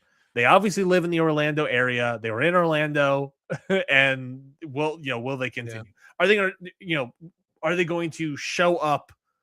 We're going to get a report next week when they're in Texas that Gallus is backstage yet again. I highly doubt it. We know Baron Corbin was.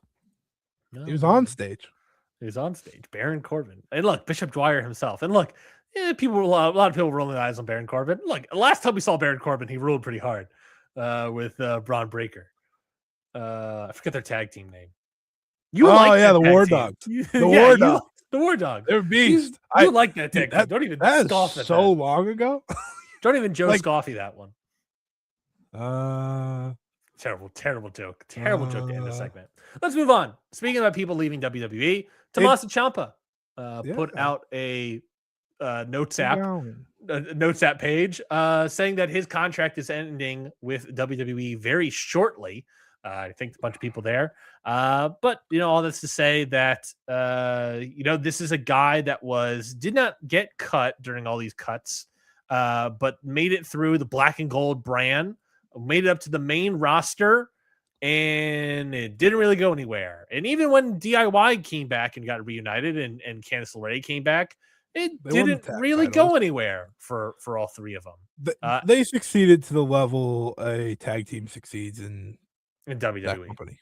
Yeah, exactly. And I think that's exactly what happened. Tommaso Ciampa saw the writing on the wall, obviously. Maybe he doesn't have a lot of time left.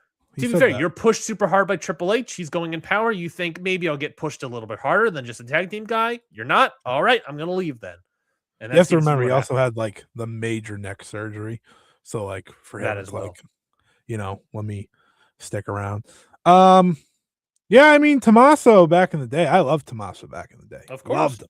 He was awesome in NXT. His little title belt that he cradles around. I freaking love Tommaso Ciampa. Like, and he's a local guy to me, so that always helps.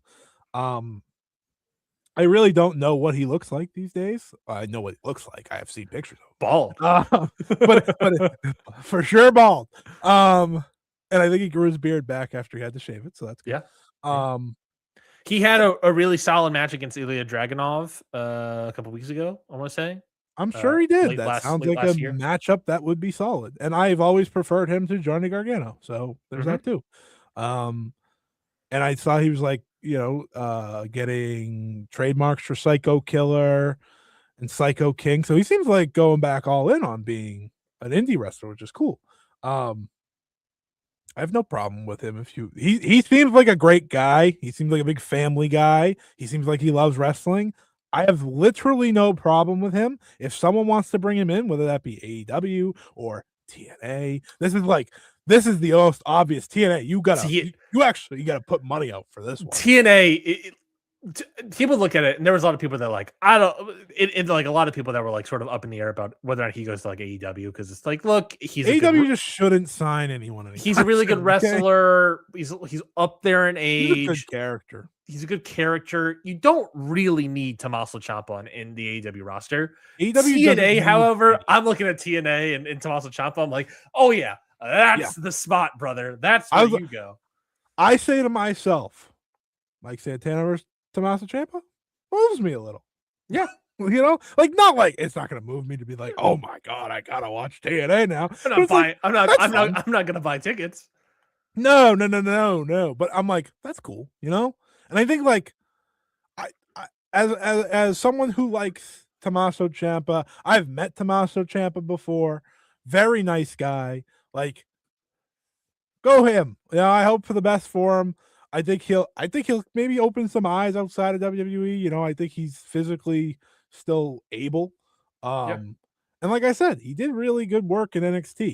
He made himself into a big deal. Like he is arguably one of the hottest periods in NXT ever as their champion and such. So I wish him the best. I have nothing bad to say about him. If you don't like him, if you didn't like all of the NXT, I know him and Gargano got exhausting and bad towards the end of the NXT stuff. I'm not going to say that, but that not his fault, not that their fault. They kept running that into the ground. I don't know. I think he's he's a fun guy to see where he goes. I think TNA would be stupid not to go all in on him. I know, like, we make fun of TNA always signs the former WWE people, but it's like this one they should. Look, he is very obviously. We talked about this with David Finlay, and I think there's going to be a degree of evil. Obviously, he is a small pond wrestler. Yeah, that is what Tommaso Ciampa is. And that's in a big pond like WWE, like we said, probably AEW as well. I don't think he will fully fit in there, at least not to the degree maybe he wants to be. He's a small pond wrestler. He goes to NXT. He'll be super over, and he'll work really well there. He'll be a big main level star there. He goes to TNA. Same thing will happen. That is where TNA is the company right now where if you are a small pond wrestler, you can get pushed pretty hard. You will get if you are a guy that's getting drowned out or going to get drowned out in these big companies. That's why you should work these smaller places. Make names for yourself in these other places. Mike Santana, I don't know why more people don't follow the Mike Santana method in all companies. It is a commendable act, one that I think wrestling needs more of. Yeah, to a degree, paid off. There's a lot of people in American wrestling specifically that are just happy with their lives, and I don't blame them. You're getting paid a lot of money to do minimal stuff, but wrestling at its best is when you have these hungry wrestlers who want to do more. Yeah. And that is who TNA should be going for. 1000%. We agree. TNA is coming off their absolute dud of an opening week on AMC. Talk about that in a moment. Let's just be real. And you look at their roster, it's like, okay, they have nothing. It's why I welcome them bringing back a Trey Miguel instantly. That is a good thing they should do. Bringing in Tommaso Ciampa is a thing they should do. Bring in David Finlay for all I care. I mean, that if they could, they should, but they won't. They obviously don't have the money for it. But it's like when AEW let Matt Taven's contract run out, it's like that's who TNA should go get. Yep. there are still very talented individuals out there that either aren't doing anything. We know that both AEW and WWE have plenty of them. Yep. And some are going to be hungry and want to work, and then others are just going to re-up, and you'll never really hear from them again outside of getting squashed on Ring of Honor or something. Or Tommaso Ciampa is also a guy that TNA he's is still also only been, 40. yeah. So yeah, if you wanted to stay in WWE, he'd be there for another decade. The thing about Probably Tommaso give Ciampa, him a trainer job, like when he I was just wants. about to say that. If he wants to still be like a top level worker and all these sort of things, TNA's the spot. If he Yeah. wants to be top of the card, but maybe transition to be a little bit of a trainery guy, Ring of Honor would be a really great spot for him. You That would know, actually be, I wouldn't hate that at all. I you're mean, talking we make about, fun of Ring of Honor all the time, but of course, but you're talking Ciampa and Santana. Scotty, what about Ciampa versus Bandito? I mean, Ciampa versus Lee Moriarty, Ciampa versus Lee yeah, Moriarty. like these are fun things. These are fun things, and I think that that's a small pond that he could help maybe bring some more eyes to, and the minimal eyes that it gets in the same sort of level of TNA. And I think both places he could maybe pick up a trainery role, but I think that Ring of Honor is a spot where it would need it more. Yeah. Where he could be more value there if that's what he wants to do. If we see him as possibly a guy that can be a better trainer. But can still promote, still go at a top tier level. Ring of Honor would be a great spot. And someone needs to beat Bandito for that title. Why not just bring in Ciampa? Who cares? Wrestling is better with more people that are now. Ciampa could sign tomorrow, resign with WWE tomorrow. Who knows? Also true. Doesn't seem like he is, but he could. So this could all be stupid. But like wrestling needs more guys like this. I do think that, like being hungry and wanting more is never a bad thing. Correct. And you look at WWE, there are people filled there that don't do anything, that have accepted doing nothing, and they're fine with that. There are many of that in AEW as well. It's just I've also been thinking about that lately, of just like the macroeconomics of our country's economy and the world economy versus like it's a little bit maybe a little bit easier, breezier in the 70s, 80s to move around the territory, 90s, to move around. But now where it's like you have more money than ever, and it is everything is also more expensive in our country and the globe as a whole. There's this element of like, well, I'm just going to stay here because why am I going to go anywhere? Because it's the thing of ultimately we're talking about is you're gambling on yourself. And it's like, why would I want to risk other things, starting a family, having a home and paying a mortgage and all these sort of things? It's part of the reason I never have a problem like the international stars don't leave. It's like that's a entirely different hurdle in itself, Yeah. Like the Tozawas of the world. Yeah. Like guys that have he clearly wants to be in America. I'll never get mad at that because I understand that it's a whole different thing. But there are people in these companies that are like, go do something. I mean, we talked about it a week ago with Hobbs. Hobbs is trying something new because he just didn't get what he wanted, And I think that I think that's important. I think that is very important. And listen, not everyone can be the Real Latino man. Not everyone can just get up and leave when they get bored. Not everyone can be him. So at least attempt to get up and leave before he gets forcibly put back down in his chair. I think wrestling could benefit from more Andrade. You're gonna sit in the AAA locker room.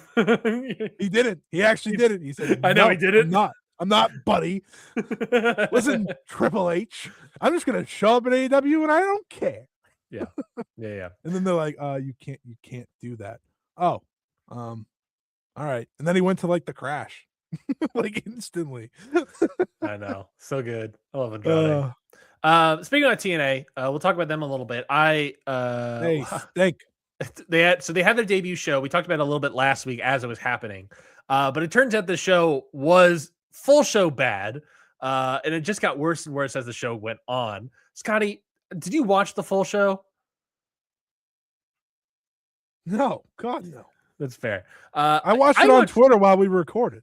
I watched by the way, I watched pretty much all of it on YouTube for free.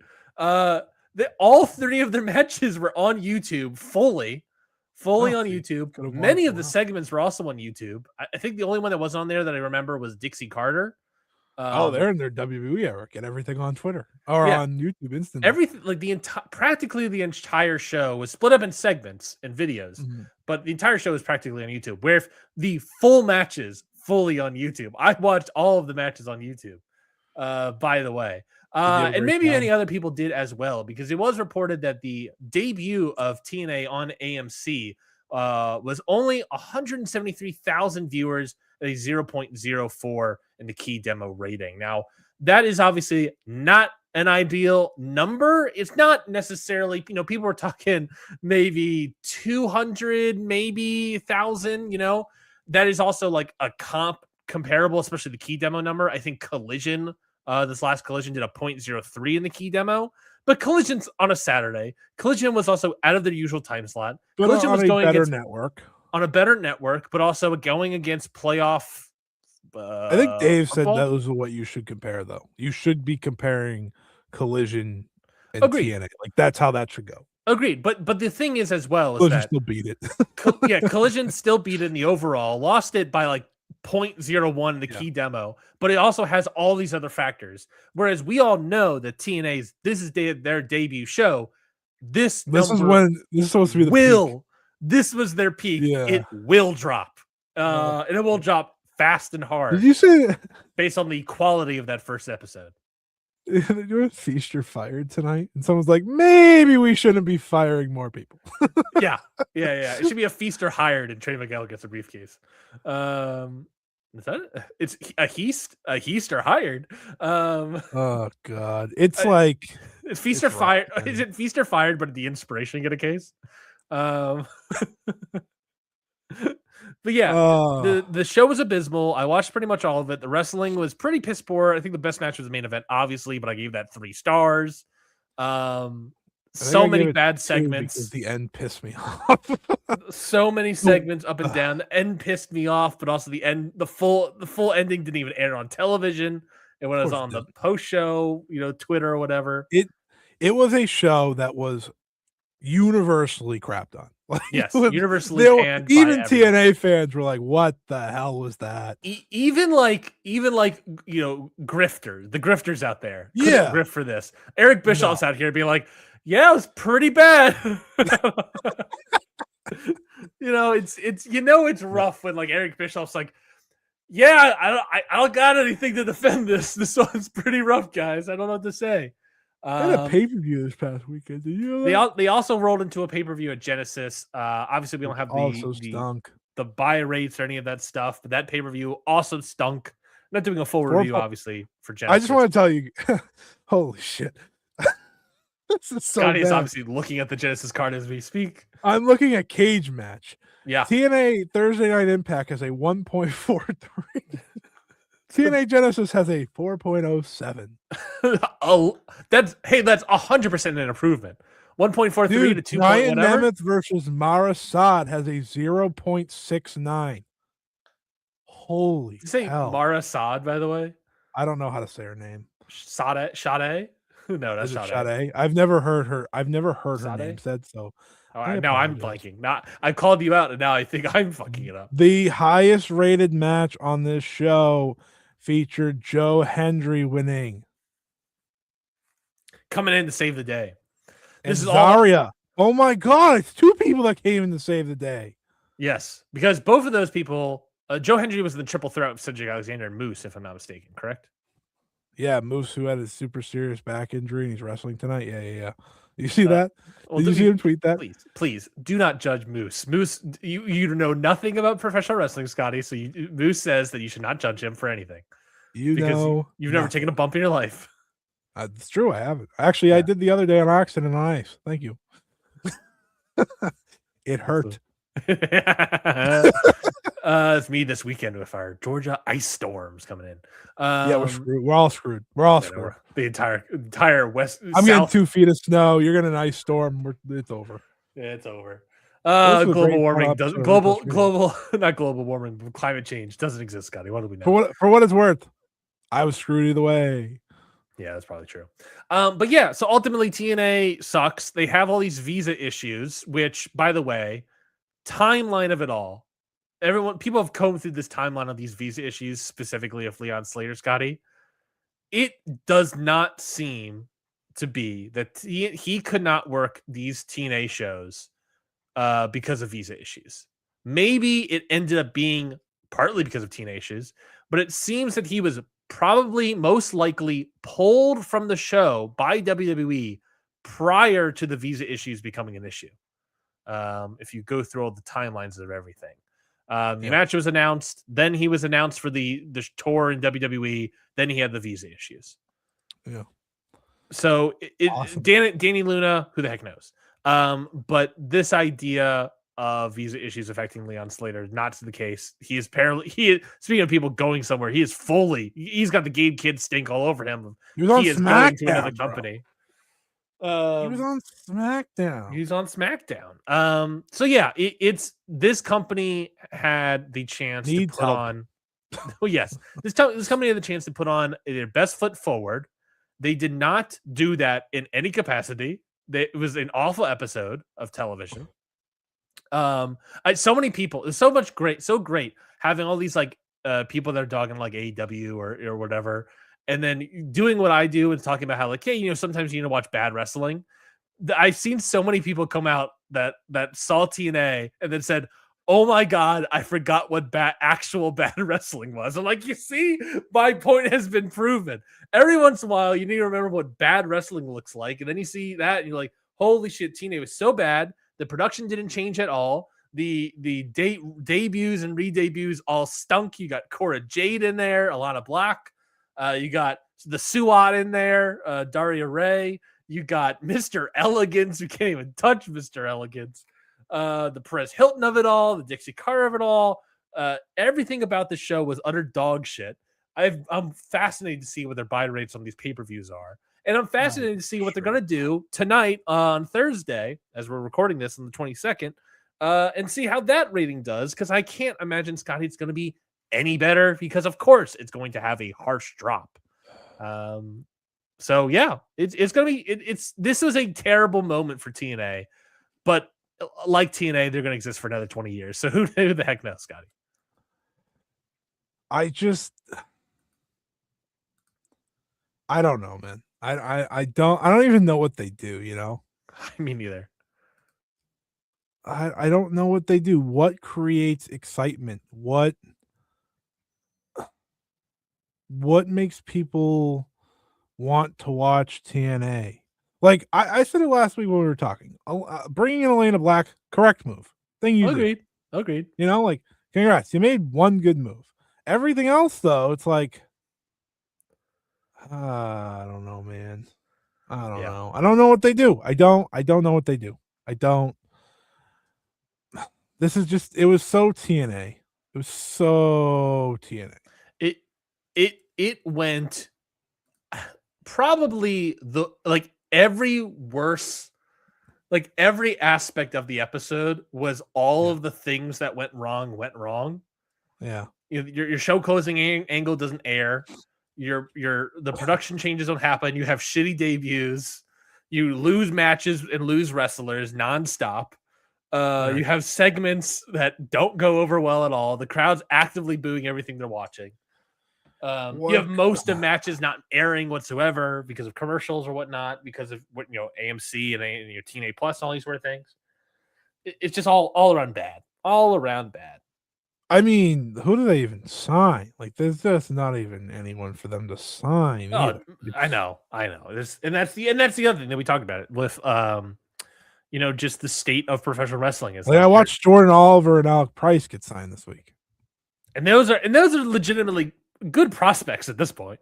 Alec Price, we've talked about Alec Price for years. Jordan Oliver has been quietly getting way better. They're like years.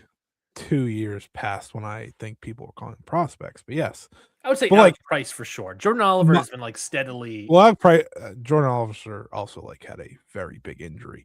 Yeah. So that's probably of it. But I don't know, man. I don't know. They're doomed. I understand they can't outpay the top two companies, and that's a problem in itself. Sure. You would think that they with they this didn't TV help deal, they would have gotten themselves. money, Scotty, to try to challenge a little bit more. Well, the thing is, they didn't help themselves. No. You know, and like they have Steve Macklin. They didn't put him on TV. Like, what are you doing? You have people that are actually good too. It's like, Yeah. I don't know. Who's I don't on know. who's on TNA tonight? That's a question. It's I Jeff think. Hardy versus Mustafa Ali in the main event. I just read it. That Mustafa Ali picture. I think it's supposed to be like an Egyptian thing that's around his neck. That's what it sort of looks like to me. I have no idea what you're talking about. In the picture, but at the same time, the little necklace thing, the beard and the long hair, he just like fully is looking more and more Namor esque by the day. Just really jarred me. Jeff Hardy versus Mustafa Ali, Indy Hartwell versus M by Elegance. Is that Maggie Lee? Yeah, She's good. and then a Feast or Fired match. Those are the 3 matches for the show. Feast or Fired, no idea who the participants are. That's the other thing. Less wrestling matches, only 3, way more promos and segments. Right now, you only have, again, 3 matches announced. So it could just be the same sort of thing. It's a lot of like, I don't know what they're trying to attract. They're obviously trying to attract WWE fans. Why would you try to attract WWE fans? We learned this result with AEW. Why would I want to watch TNA that's WWE light when I can just watch WWE? Why would I watch AEW if it's WWE light if I can just watch WWE? You have to offer something different. And look, TNA was not the only company that had a new TV deal that started this weekend or this past week. AAA had their new Fox TV deal start up in Fox Mexico, I believe, and obviously you can watch that on YouTube. I, being the sicko that I am, watched it on YouTube. And in a similar way, they had a lot more segments. They had a whole re-debut of Santos Escobar that went over like a lead balloon. They're WWE. They've WWE-ified the program. At least AAA, Scotty, has Lucha Libre to add a different wrestling style, unlike TNA. I've seen a lot. There's a whole TNA Lucha Libre convo going on these days, by the way. Oh yeah, which we can talk about in a moment. But I'm only bringing that up now as this idea of like, at least it's Lucha Libre, so it's a different wrestling style versus TNA, which is it's becoming more WWE and it's also American wrestling style. It just doesn't work. No, you're right. You're right. And they always, have had their own problems. I don't know. It's just it's also frustrating. What's happening with Mexico here? I've seen some people. I see like Lucha Blog write about this. It was a good article if you want to read his latest. Rob Viper also had a good thread. Rob Viper. There is a and this goes for both companies in some ways. There is obviously with AAA, it's becoming just full on WWE. Nothing's different, Nothing's different. It is WWE in Mexico. You have Undertaker out here saying, "Well, I'm not trying to do Raw or SmackDown. I'm not trying to do AAA. Yeah. I'm trying to do something different and new." And it's just really a combination of both, I guess. And it is, and it sucks, man. Like it sucks. It's such a bummer. Like even in CMLL right now, it's like they're doing some weeks they just are, and I think it was Lucha Blog or maybe it was Rob Viper that wrote about this, but it's like it's just an extra week of Dynamite. It's just an extra few hours, and it's like it was both of them really saying this idea of CMLL this weekend obviously brought in a lot of AEW wrestlers, Bandito Commander, the Demand, Roderick Strong, who did not have a really good weekend, but for 3 shows they brought in a bunch of guys from AEW, and it was a big weekend of look, this is just kind of less CMLL stuff and more third hour of Collision, third hour of Dynamite kind of wrestling. Yeah, and I watched it. I watched the Friday show. It didn't feel like CMLL. It really didn't. Like I know a lot of people actually praise the Calistio show more. Shocker, Lee Moriarty was on it. Yeah, that's the Lee Moriarty versus Shewa show. Yeah, like they said, a lot of people like that more, but ironically, I watched the third night. Is what I watched. People like that one too. People like that one too, though. But then also had two really outstanding semi-main event, main event, world welterweight and world middleweight title matches. And they were both lucha matches. Yeah, exactly. Ricochet, despite his flexibility, is not a luchador. Roderick Strong, not a luchador. He has there's Puma-esque qualities to Ricochet and his lucha abilities and speed. Sure, but it's long dormant, I imagine. Yeah, it's just, and then Triple I. I mean, it's WWE. It's literally being booked by the Undertaker. Yeah, I don't think I need to say much about that. But I have good friends who like CMLL and watch it every week, and they're like, it's not really what I'm interested in. When I watch CMLL, guess what I want to watch? CMLL. Yeah. And can you blame him? I can't blame him. Do I get excited when Bandito goes in there? Will I be pumped when Andrade eventually goes in there? Absolutely. But I understand from other people's point of views, because I'm not super duper locked in, but I'll watch, the big shows because I want to. Yeah. I understand. I don't want to see an entire show of AEW talent. Yeah. It's a nice thing to do every once in a while. Yeah. It's nice to bring in people. One of the best matches of last year, obviously, are Mystico versus MJF. Right. But it doesn't work all the time. And I think it also really depends on the crew. Like you said, the Saturday show. People don't have a problem with Bandito. The Saturday show is more better received because it's Bandito and Commander having some fun matches. I think Saturday show.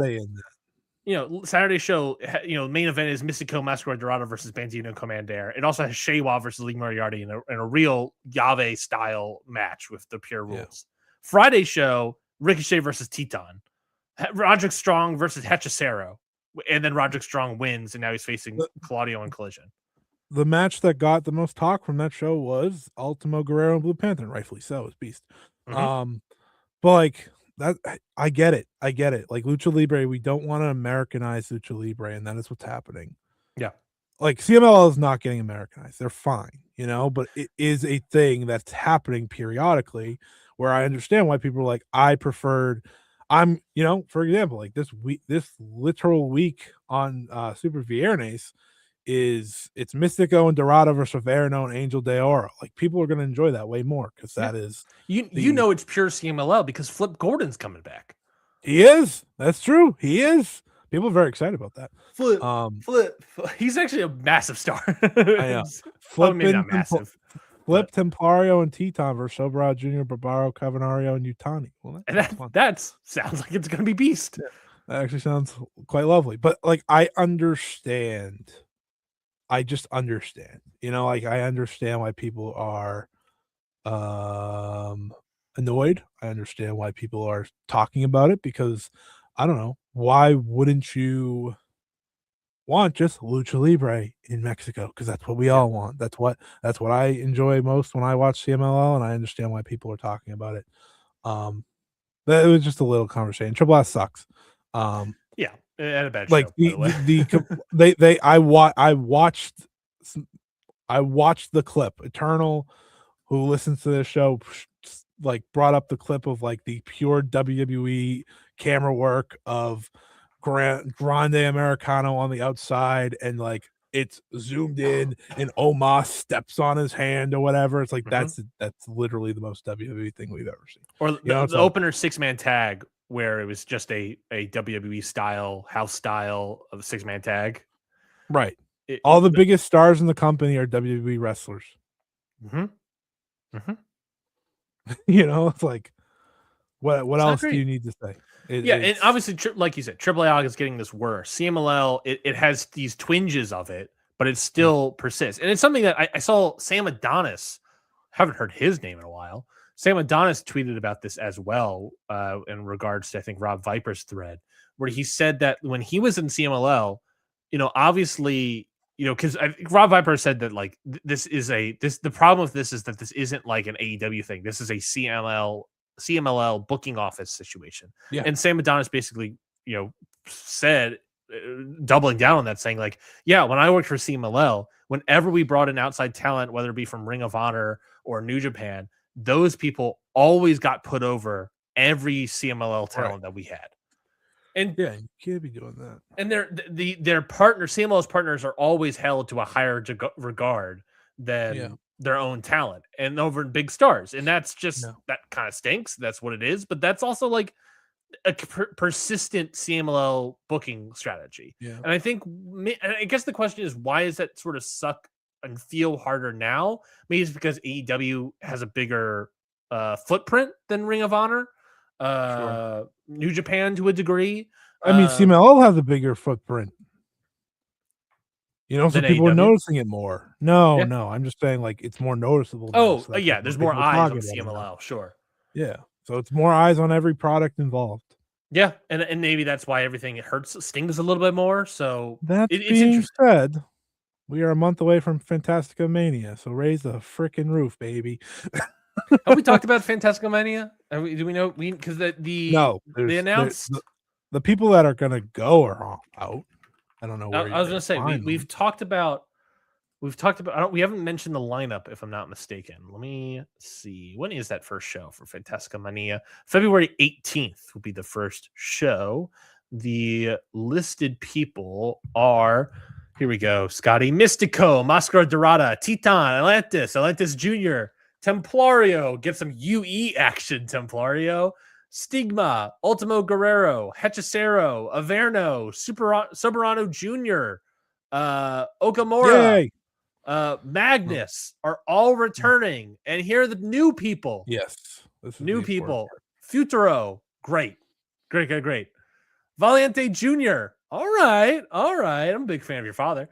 Hihel da Stuka Jr. All right. So yeah, that's some fun stuff. That's some fun stuff. I mean, I love now, I would have loved me some Defunto, but I'll take what I can get. Yeah. Well, hey, some people gotta stay back. I know they do some women's stuff, but they also have to book. Yeah. So like, when this happens, I'm like not watching CMLL at all. I'm just watching Fantastica Mania. Though it is a unique time though, because they give the youthful people a big bump up on their shows. So if you want to like see something new, but yeah, I'm still very much into CMLL, and I'm trying to be more into it this year. Yeah, but it is just a talking point. I think in the same weekend of this AAA on Fox stuff, I think it's not. I think the two ideas are getting meshed a little bit more. Yeah.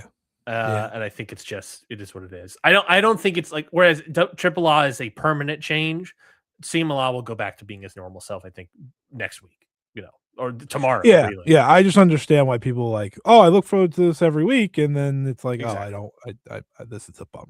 Exactly. And they do it a lot more now than they did, even last year or the year before. So exactly. Well, is there anything else to talk about? We did come into this episode with not really. I didn't know a single thing besides evil. I don't know if you can tell by the title, people, but Scotty put the title together. I don't think we talked about AEW that much, really, but in AEW stuff. Well, we did. We talked about the signings. I guess that's true. Shout out Jake Doyle. Shout out Jake Doyle. Shout out the good signing. See, Alec Price, Jordan Oliver. I don't think there was anything else really noteworthy that I could think of. Was there anything in Joshi World that was noteworthy this past week, Scotty? This weekend is Mayu's anniversary show. I say this weekend. Well, that's something we should actually preview, Scotty. Today is Mayu's anniversary in Japan. It's the 23rd officially, so that's very exciting. Her 15th anniversary. She's had a lot of interviews this week. Talked a little bit about that. She's like, I've thought about retirement, but I've also could just be wrestling 10 or 20 years from now. It's like, okay, please do, because I will be gone if you are not. But yeah, I think for me, I can just give everyone like the rundown here quickly. Yes, please. I'm looking for the show and I cannot. Yeah, I only found the main event. Mayu's defending the GHC Women's title in her anniversary match against Utami Hayashishita. Emotional match for Utami.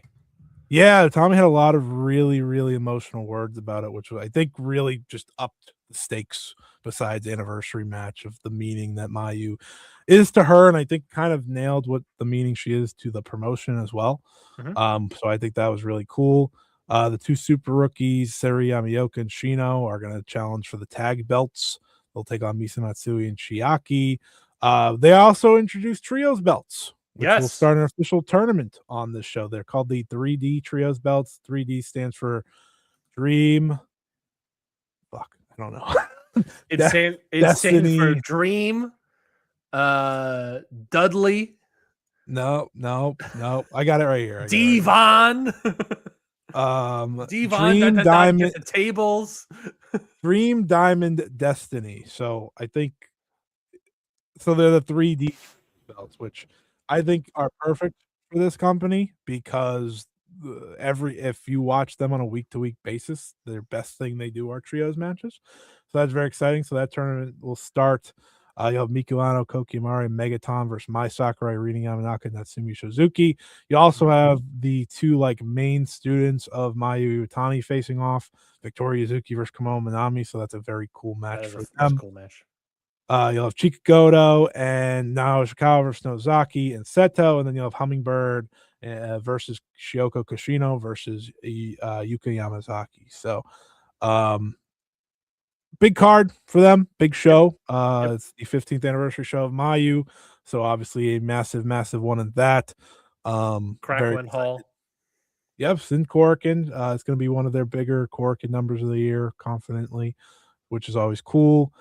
Should be a fantastic main event, an emotional main event, and I'm really looking forward to it. So yeah, we'll make sure to talk about that next week as well. I know Royal Rumble's next week, so I guess we'll kind of talk about that too. We gotta talk about that. A little bit of a preference of a preview of the conversation. What are we doing for Royal Rumble this year? Because it's obviously a big show. Part of a gimmick for this ring post radio is we do the little preview, we do the bets and everything. Except this year it's in Saudi Arabia. Yeah, in a stadium and it's that was also built very, off of alleged slave labor. it's also like very forgotten about. I said it last week, and then you said it to me like 3 days later. I was like, "You know, the Royal Rumble's in 2 weeks." I was like, "Yeah, that was my point." So forgettable. I forgot that you said it on the show. Well, it's just like the reality. I mean, I did have a proposition. We do want to cover it. We only talk about the Royal Rumble matches. Literally nothing else on the show. Maybe. I'm gonna If we look talk at the about card. Like I feel like I don't know if it's I don't know what else is on the card, quite frankly. I don't even know who the fuck's winning the Royal Rumble this year. That's what I was gonna say. Is that like you. there's also a Saturday Night's main event tomorrow or on Saturday. I did know that. It's this thing about like I don't know if it is that WWE is this cold. AJ Styles versus Gunther. Yes, that okay. Holy okay, shit. we'll talk about that. Well, okay, give us 1 second. I don't know if it's WWE is just so cold or I am so out of touch with WWE lately. I have no idea what's happening on either of these Saturday Night's main events or Royal Rumble shows at all. I only know of one match, which is AJ Styles versus Gunther, where it is legitimately a AJ Styles career is on the line. That is the gimmick. Fucking rules. That match is gonna rule. I know that's what stinks. Is like fuck. Okay, I want to watch that. I think we never talk about other Saudi shows, but this is the Rumble. We'll just talk about it. I know it's because it is a and we play a game. It's a precedent that we also have to set because next year we're going to do this with WrestleMania. Yeah, and WrestleMania is, fun fact, bigger than the Royal Rumble, and I'm not happy about it whatsoever. I guess we'll talk about the Rumble. The Rumble is my favorite WWE show of the year, so the fact that they've already soiled it this much is pissing me off to begin with. Like, I don't know. It's hard for. Oh my God, Gunther's in the Rumble too. What a beast! He might retire AJ Styles and win the Rumble. That's my goat. He's giving me so much stuff to talk about for the ballot this year. I retire 3 people and win the Royal Rumble. I think we play our game. We have fun with it. We make fun of the Rumble the week after, and that's that. Yeah, I mean, we totally review it fairly. Oh yeah, my apologies. We're state ordered to review it fairly. Scotty, they're part of the Board of Peace. We need to represent our Board of Peace members in true fashion here. It's always a sticky situation of do we cover this? Do we not? I guess again, we won't cover any of the other Saudi shows, but it's the Rumble. It puts us in a tough spot because it is the president. Mania is literally going to be there next year. And we have nothing else to talk about. Quite frankly, that's a bigger issue. If next week was filled with a million things, we'd be like, nah. Easy punt. Considering we are recording Tuesday, it's not a lot of time to get more stuff. So we'll just we'll see. Saturday's main event. They got a show on there. It's not a bad looking show. Royal Rumble. Just sounds Gunther. The Royal Rumble's on the show. Royal Rumble. Can you believe it? 2 Royal Rumbles on the show for Royal Rumble. They should have put one of the Rumbles on. It should have been brave and done one. There's one on there.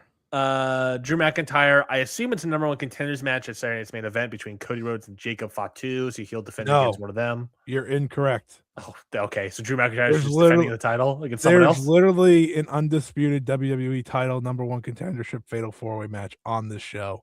One spot up. Yeah, you're right. Randy Orton, Sami Zayn, Damian Priest, Trick Williams. What that trick? They don't have the guts. They're not going to do that. It's Damian Priest for sure. Have you seen? No, it's Randy Orton. It's Randy. It's absolutely Randy. Yeah. Randy loves working Saudi. He's got another pool to buy. Do you know how over Trick Williams is? Because I learned it the other day when I watched his entrance, and I was like, "Holy shit, it worked!" They're all whooped that trick. Well, let me clarify. Let me ask a clarifying question. His entrances. Yeah. Is his entrance over or the full package? Is he over they when he seem wrestles? To like him. Okay. They seem to like him. He's no Kit Wilson. Kit Wilson. That song stuck again. Is it the entrance? That's entrance. That's definitely entrance. This show doesn't even look that bad. Sorry, it's main event. Yeah, it looks like a fine little weekend show. You're I got some time to kill. I'll go pull up the old Peacock and I'll accidentally watch it. Yeah, I'll at least watch the women's match. I don't know if I'll watch the other two. Sky Rhea Ripley versus Liv Morgan and Roxanne Perez. Yeah, it's a show that's this is watchable. I'm gonna watch this Sunday morning where I have nothing else to do and I can skip a 4-hour recording to watch only 30 minutes of wrestling. Yeah, I can do that.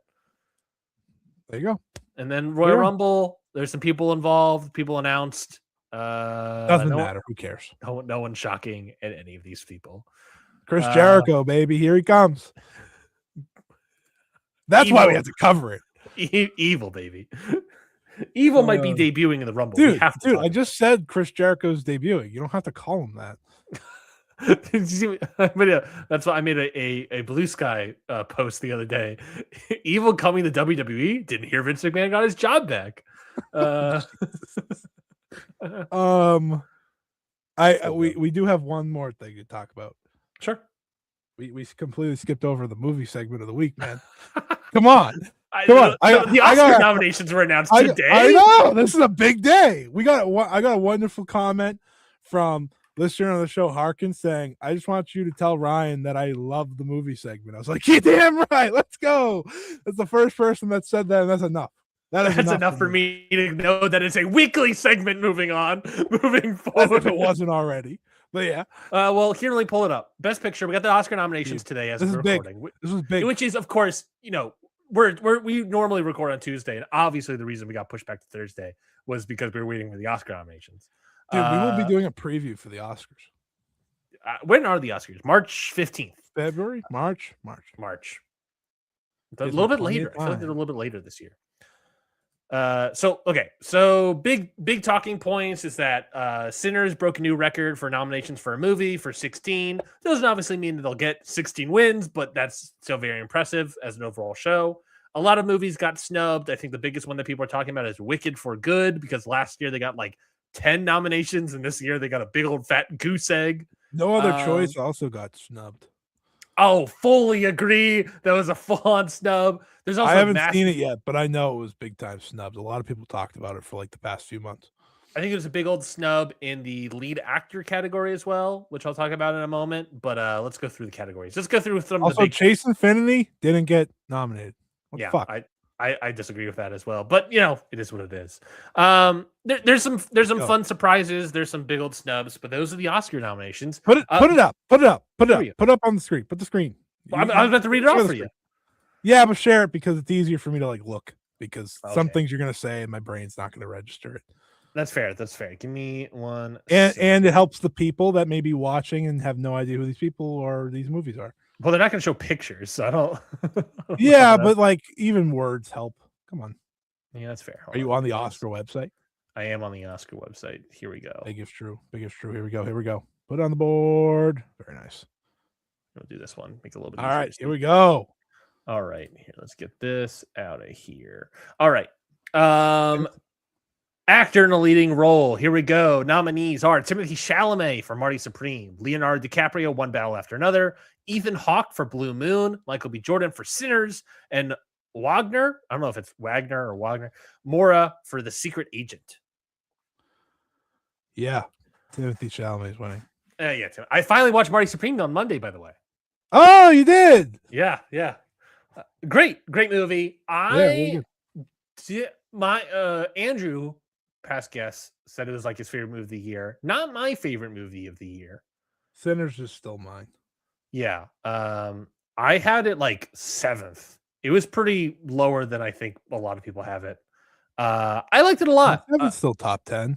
It's still, I still think it's a great movie. It's no disparaging thing, but is it the best movie of my year? For me, no. I mean, I One Battle, Hamnet, I like all these things. And I think I'm seeing Hamnet this weekend. Very excited. Yeah. Timothée Chalamet, however, obviously winning. They're finally pouring back into the theaters. Yeah. I've seen 3 of these 5. I loved Michael B. Jordan's performance. I love Leo's performance, but I do think Chalamet takes the cake here. Yeah. I have also not seen Blue Moon or Chalamet makes the movie for what it's worth. Agreed. It's him. Agreed. that entire movie's him. Best actor in a supporting role nominees: Benicio del Toro for One Battle After Another, Jacob Elordi as Frankenstein himself, Delroy Lindo for Sinners, Sean Penn for One Battle After Another, and Stellan Skarsgård for Sentimental Value. Have you seen Sentimental Value yet? No. He's fantastic in that. Spoilers for Best Picture, but Sentimental Value and Secret Agent were nominated there, and those are the only 2 that I haven't seen yet. So obviously, I think Secret Agent and Hamnet are the only 2 I haven't.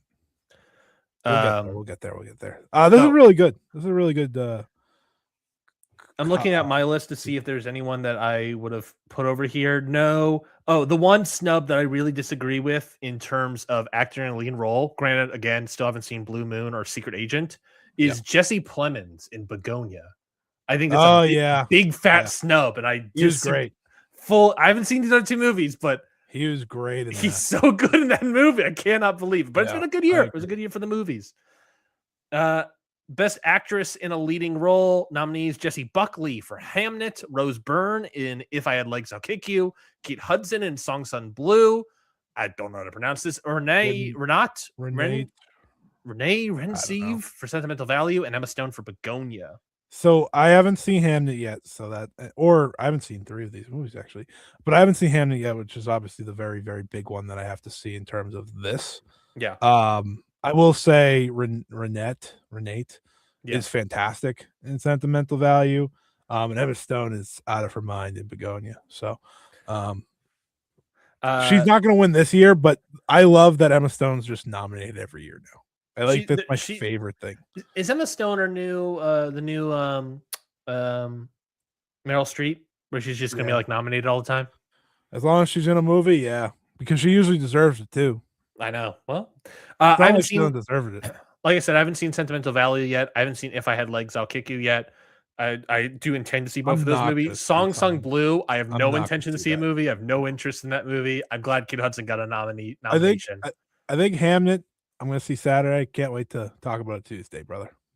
I don't know if it's a snub here. I don't know if you agree with me, if it's a snub in actress in leading role or supporting, but I'll bring it up here. Odessa in Marty Supreme. Yeah, she got snubbed. That's Her a and big. Chase Infinity pissed me off. Yeah, those are Chase Infinity. I agree as well. Again, I don't know. I guess I didn't spoilers know for if it was supporting leading her. actress. Yeah, I didn't know which. Either way, they didn't get nominated. I Either was way, like, they get nominated. So big old snubs in my opinion. Best Sentimental actress. Value getting 2 was a stunner for me. They're getting a lot too. Best actress in supporting role nominees: Elle Fanning, Sentimental Value; Igna Lilias, Sentimental Value as Great. well; Amy Madigan for Weapons; Wumni Mosaku in Sinners; and Tiana Taylor in One Battle After Another. I haven't seen Weapons, Me neither. but I do agree with those 4. I just think, like, I think they're all very good. I just think Infinity and Odessa both should have nominees. Yeah, and again, that's sort of a where do you put them? I put both of them in lead. Yeah, yeah, Um, probably. I mean, I could see Odessa being supporting, I guess, Agreed. but Chase Infinity was definitely lead. Yeah, Yeah, she is doing so much of the movie on her own, right. and so much of it is just her story. Odessa, she has like a scene where it's her own thing, She's awesome. but she And rules in that. they had It's great that movie is that Marty Supreme, like the story is it's pretty good. But that movie is Timothy Chalamet and Odessa. yeah, You fully know, agree. like And Penn Jillette. oh yeah.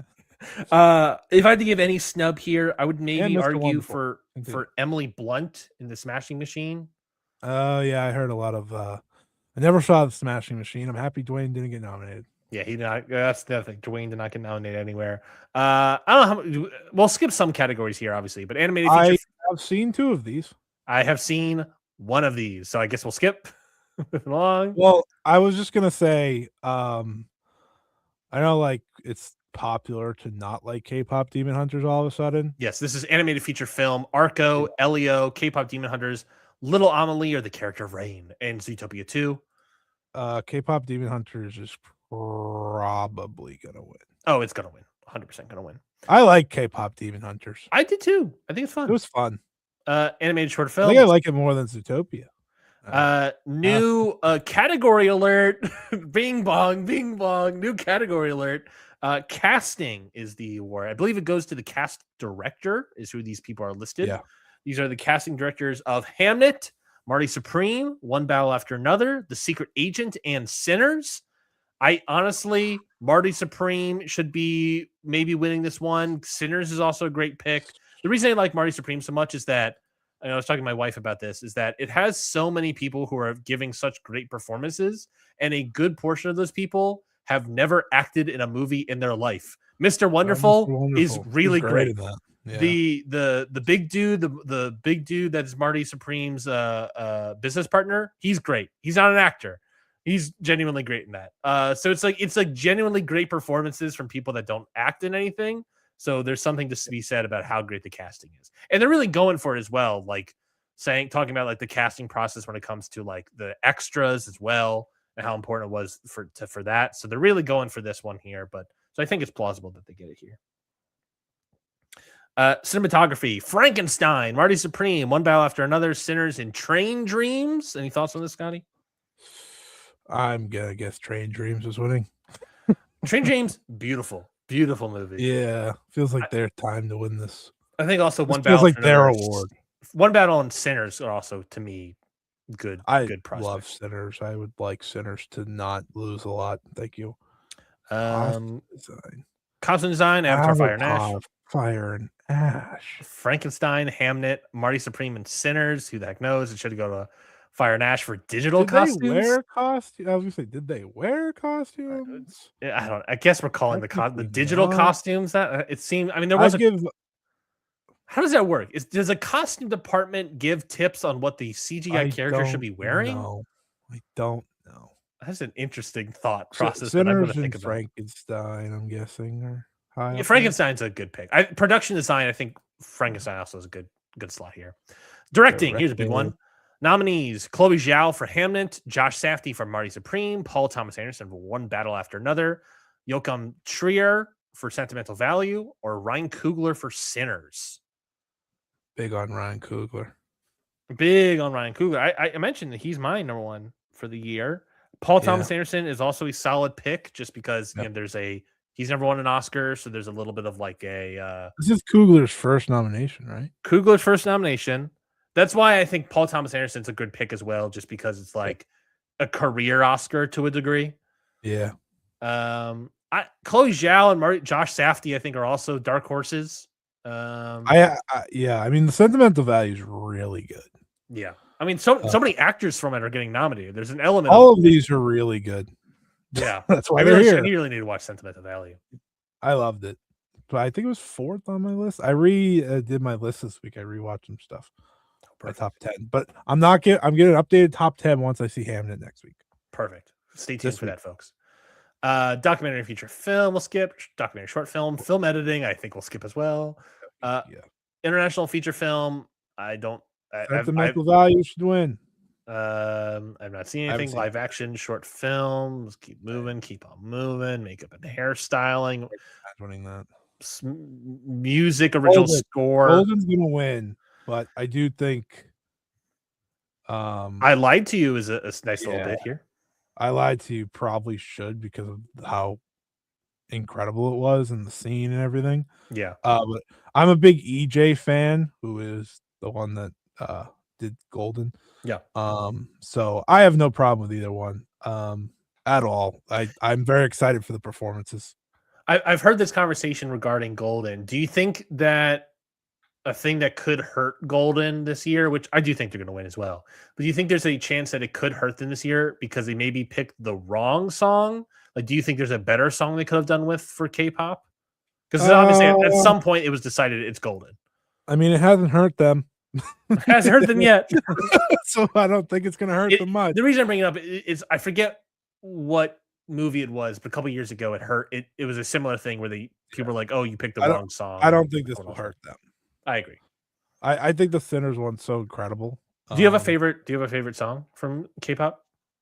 Yeah, I do. Hold on. And which Soulja Boy's song is it? Hold on. I got the name. Give me 1 second. Because we all know What It Sounds Like is actually my favorite one. It's not I love Huntrix. Is that their name? Yes. Yeah, love them. Well, you're a big Joshi fan, so it makes sense that you're a big Huntrix fan over Whoa. Yeah, I am a big Joshi fan. That's true. Best Picture. Here's the one. This is the one. And then followed by production design. Who ordered this? Who ordered this here? We can stop here because we hit the 2-hour mark. Yeah, I mean, I'll quickly see. We end on Best Picture. What is this? Sound, visual effects, writing. I guess we should maybe talk about writing. Original screenplay should be Coogler. Yeah, I agree. If Sinners got a lot of nominations, they might not win a lot, but they have to win some, please. They should win for Sinners. I agree. Adapted. One Battle or Hamnet. Yeah, I probably agree. I haven't seen Hamnet yet, but I have only heard amazing things. So yeah. Visual effects. F1 might actually win. So Avatar and F1 are both nominated here. Shout out to me one time. I did have F1 was 10th on my list. I think it's now 11th. But it did pop me massively when I saw Best Picture. Yeah. Everyone's like F1, and I was like, ha! But so I've heard visual this. Effects, I agree. I heard this about F1 and Avatar, where F1 sort of took the Avatar magic of sort of technical expertise and beauty. Yeah. Because one of the reasons Avatar has worked so well as a franchise, it is technical marvels and craftsmanship of visual effects, right? The first one and the second one. But there is no massive difference between the second one and the third one. And that was kind of the thing that hurt it significantly. A look of change, no. And I think that a lot of people talked about, like, F1 kind of does capture the magic. The driving, the F1 Formula One driving looks so great. And ironically, just like Avatar, the story is so weak in comparison. But the visuals are so great that it sort of takes that magic that Avatar did not have. Let's talk about Best Picture. Best Picture, your nominees are Begonia, F1, Frankenstein, Hamnet, Marty Supreme, One Battle After Another, The Secret Agent, Sentimental Value, Sinners, and Train Dreams. I've only missed 2, which I'm really proud of. This is already the most I've ever seen. I Agreed. think Like I said, Secret Agent, Sentimental Valley are the only ones I missed. which I Secret Agent, I'm gonna be able to rent soon, which is nice. Hamnet, I just need to go find Yep. in the theater. Incredible, awesome year of movies, man. Awesome Great year. year. Great year. I Sony, had a and that's the thing wonderful also. These are some, hey, look, these are some great films. For me, F1 and Frankenstein don't really cut it too much. But Hey, no, you're right. these are Compared some to the great other ones, movies. not even the same league. And we I like Frankenstein, but we talked about it last week that like there's still like a bunch of movies that I found great this year that aren't even on here. No Other Choice, I didn't obviously. love Train Dreams for what it's worth. I was fine. No Other Choice not on here. I thought House of Dynamite was great. Mickey 17 was great. New Vogue was great. Phoenician Scheme. There was a Wes Anderson movie this year, and that's not even up here. You know what I mean? Like there's a lot of other movies that I thought were great this year that just didn't make the cut. And that's just kind of how it shakes out. And I think it's a Yeah, good list. it's good. F1 and Frankenstein. I'm like, I mean, I get it. Frankenstein, I'm not shocked by. F1 I was. Even though Yeah. I like F1, I was shocked. Um Everything else though, I mean, again, I haven't seen 2 of them, but I mean, I didn't love Train Dreams, but I even understand why that's on here. Yeah. Um, They're movies that like there are aspects of it that are like, yes, you could see this as a nomination for Best right. Picture. I They're think not going there's to be like the winners. The Train right. Dreams, F1, Frankenstein, they are not the winners. No, no, no. And I don't think I even Begonia, I don't think so. And I like Begonia a lot. Yeah. I think I haven't seen 2 of them, but I do think like the main ones I'm looking at are Hamnet, Marty, Sentimental Value, One Battle After Another, and Sinners as like Yeah.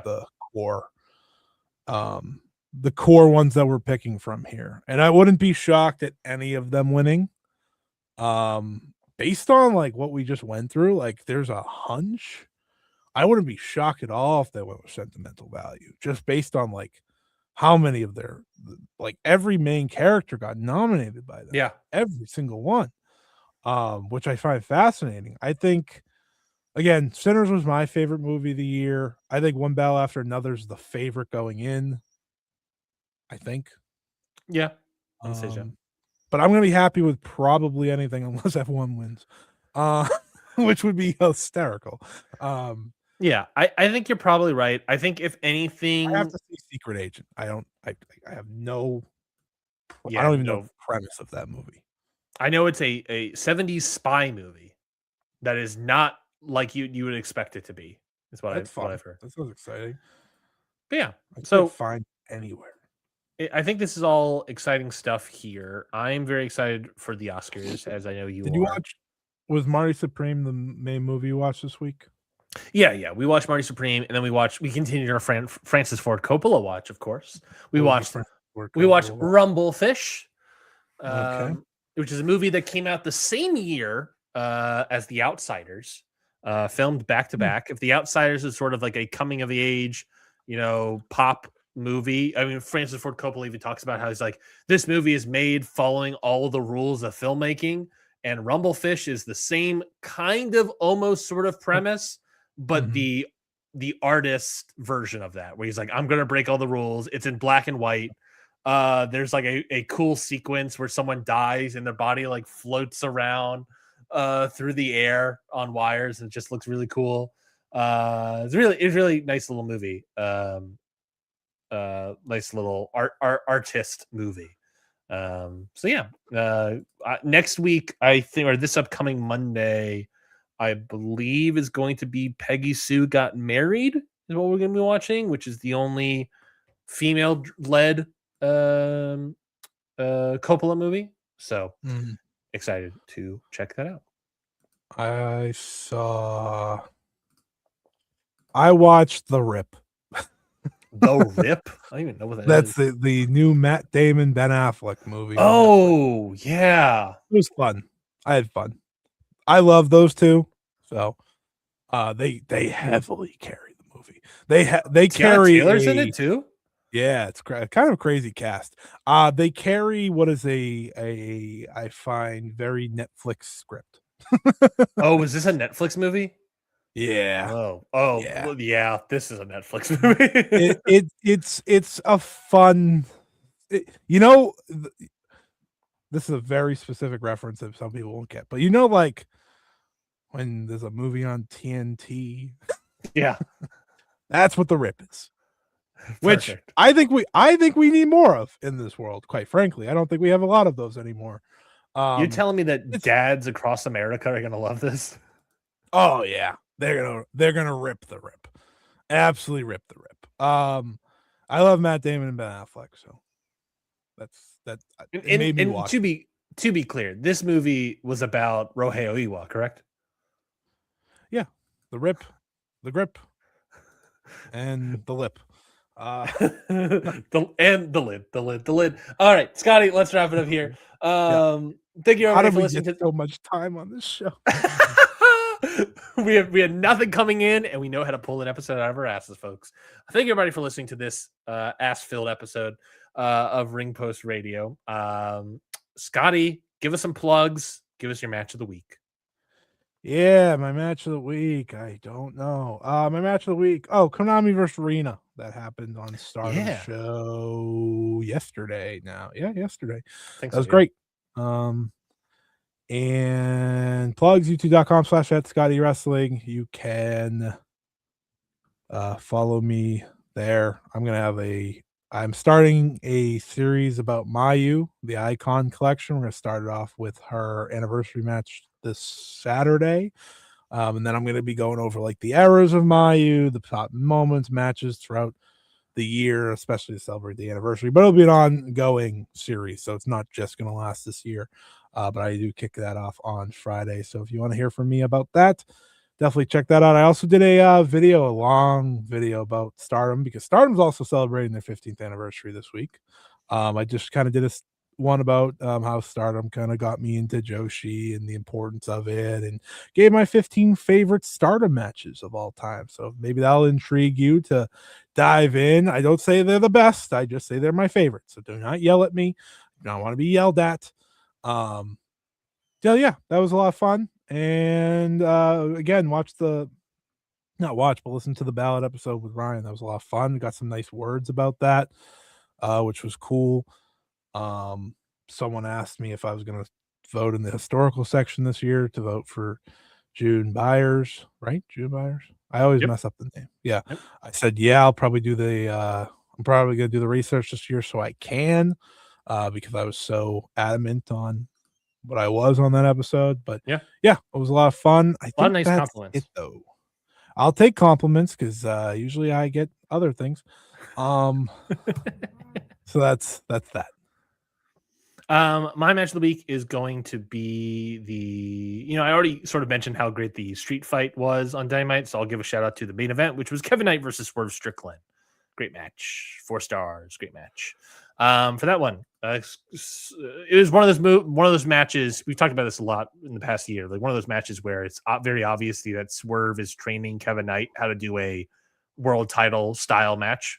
Yeah, that's cool. So that it's a key match for Kevin Knight's futures. That's always a good match to go and check out. And look, it was great, so even better.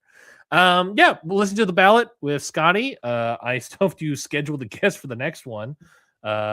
Twitter has been a pain in the ass, but it's the only way I'm communicating with them. So it is what it is. The DMs on Twitter have gotten so aggressively bad. They're rough, buddy. I just don't even know how people use it still. And by the end, I mean social media. You can't use them on the computer. No, it is utterly useless. It's either you use them on your phone or you don't use them. Utterly useless. It's pretty dumb. But so I got to figure that out. I posted the graphics, and with everyone's name spelled correctly, the graphics for the Baggies, the Best Around the Globe Awards on Blue Sky. So we obviously talked about a Ring Post Radio last week, but I also posted those graphics for people to go check out. I did put a little factoid in there as well. There are 27 wrestlers who ranked top 20 overall in both 2024 and 2025. And so that's sort of the thing I'm tracking to see how many wrestlers can be consistently one of the best top 20 wrestlers in the globe, Scotty. sort of year over year as it unfolds, as the baggies unfold. So that's something that I'm sort of tracking there. So that should be interesting. I realized the other day that I don't know if I remember if I did it on purpose or by accident, but how the baggies are sort of structured is kind of like the voting body is structured for the Oscars, where like if you're a sound department, you vote for sound and best picture. If you're like production design, you vote for production design, and then you vote for best picture. If you're a script writer, you vote for adapted and original and best picture. So it's like sort of a similar version of like the baggies, where it's like you vote for what you've watched and that's it. You don't vote for anything else. You vote for what you watched, and then that all gets tabulated into like who's the best of the best. So go check out that. I know, speaking of best of the best, I know the FSM 50 came out today on Voice of Wrestling. I know you voted in that, Scotty. Speaking of best of the best, what did I do? Voted in the FSM 50. Oh yeah, I did. Yes, that came out today, so you can go check out. Okay. Yes, you can go check out. Do you want to talk about who's in the top 10 of the SFM 50? I know Sari is. I believe Sari is 3. She's third. Yeah, I don't know. I just wrote for the Joshi people. I don't know who the top 10 were. Top 10 were number 10 Mystico, too low. Number 1 in our books. Mike Bailey, Bandito, Shun Skywalker, Jackie Kamei. There's at FSM 50. I love people that are on there like Alan Farrell, but big Dragon Gate skew. I there's not a world Shun Skywalker was the top 10 wrestler last year. Shun Skywalker, then Jackie Kamei, John Moxley, Zack Sabre Jr., Suri, Kyle Fletcher, and Konosuke Takeshita are your top 10 wrestlers. I gotta fill out my Voice of Wrestling match of the year thing. I did that this morning. Yeah, I'll do it maybe today if I remember.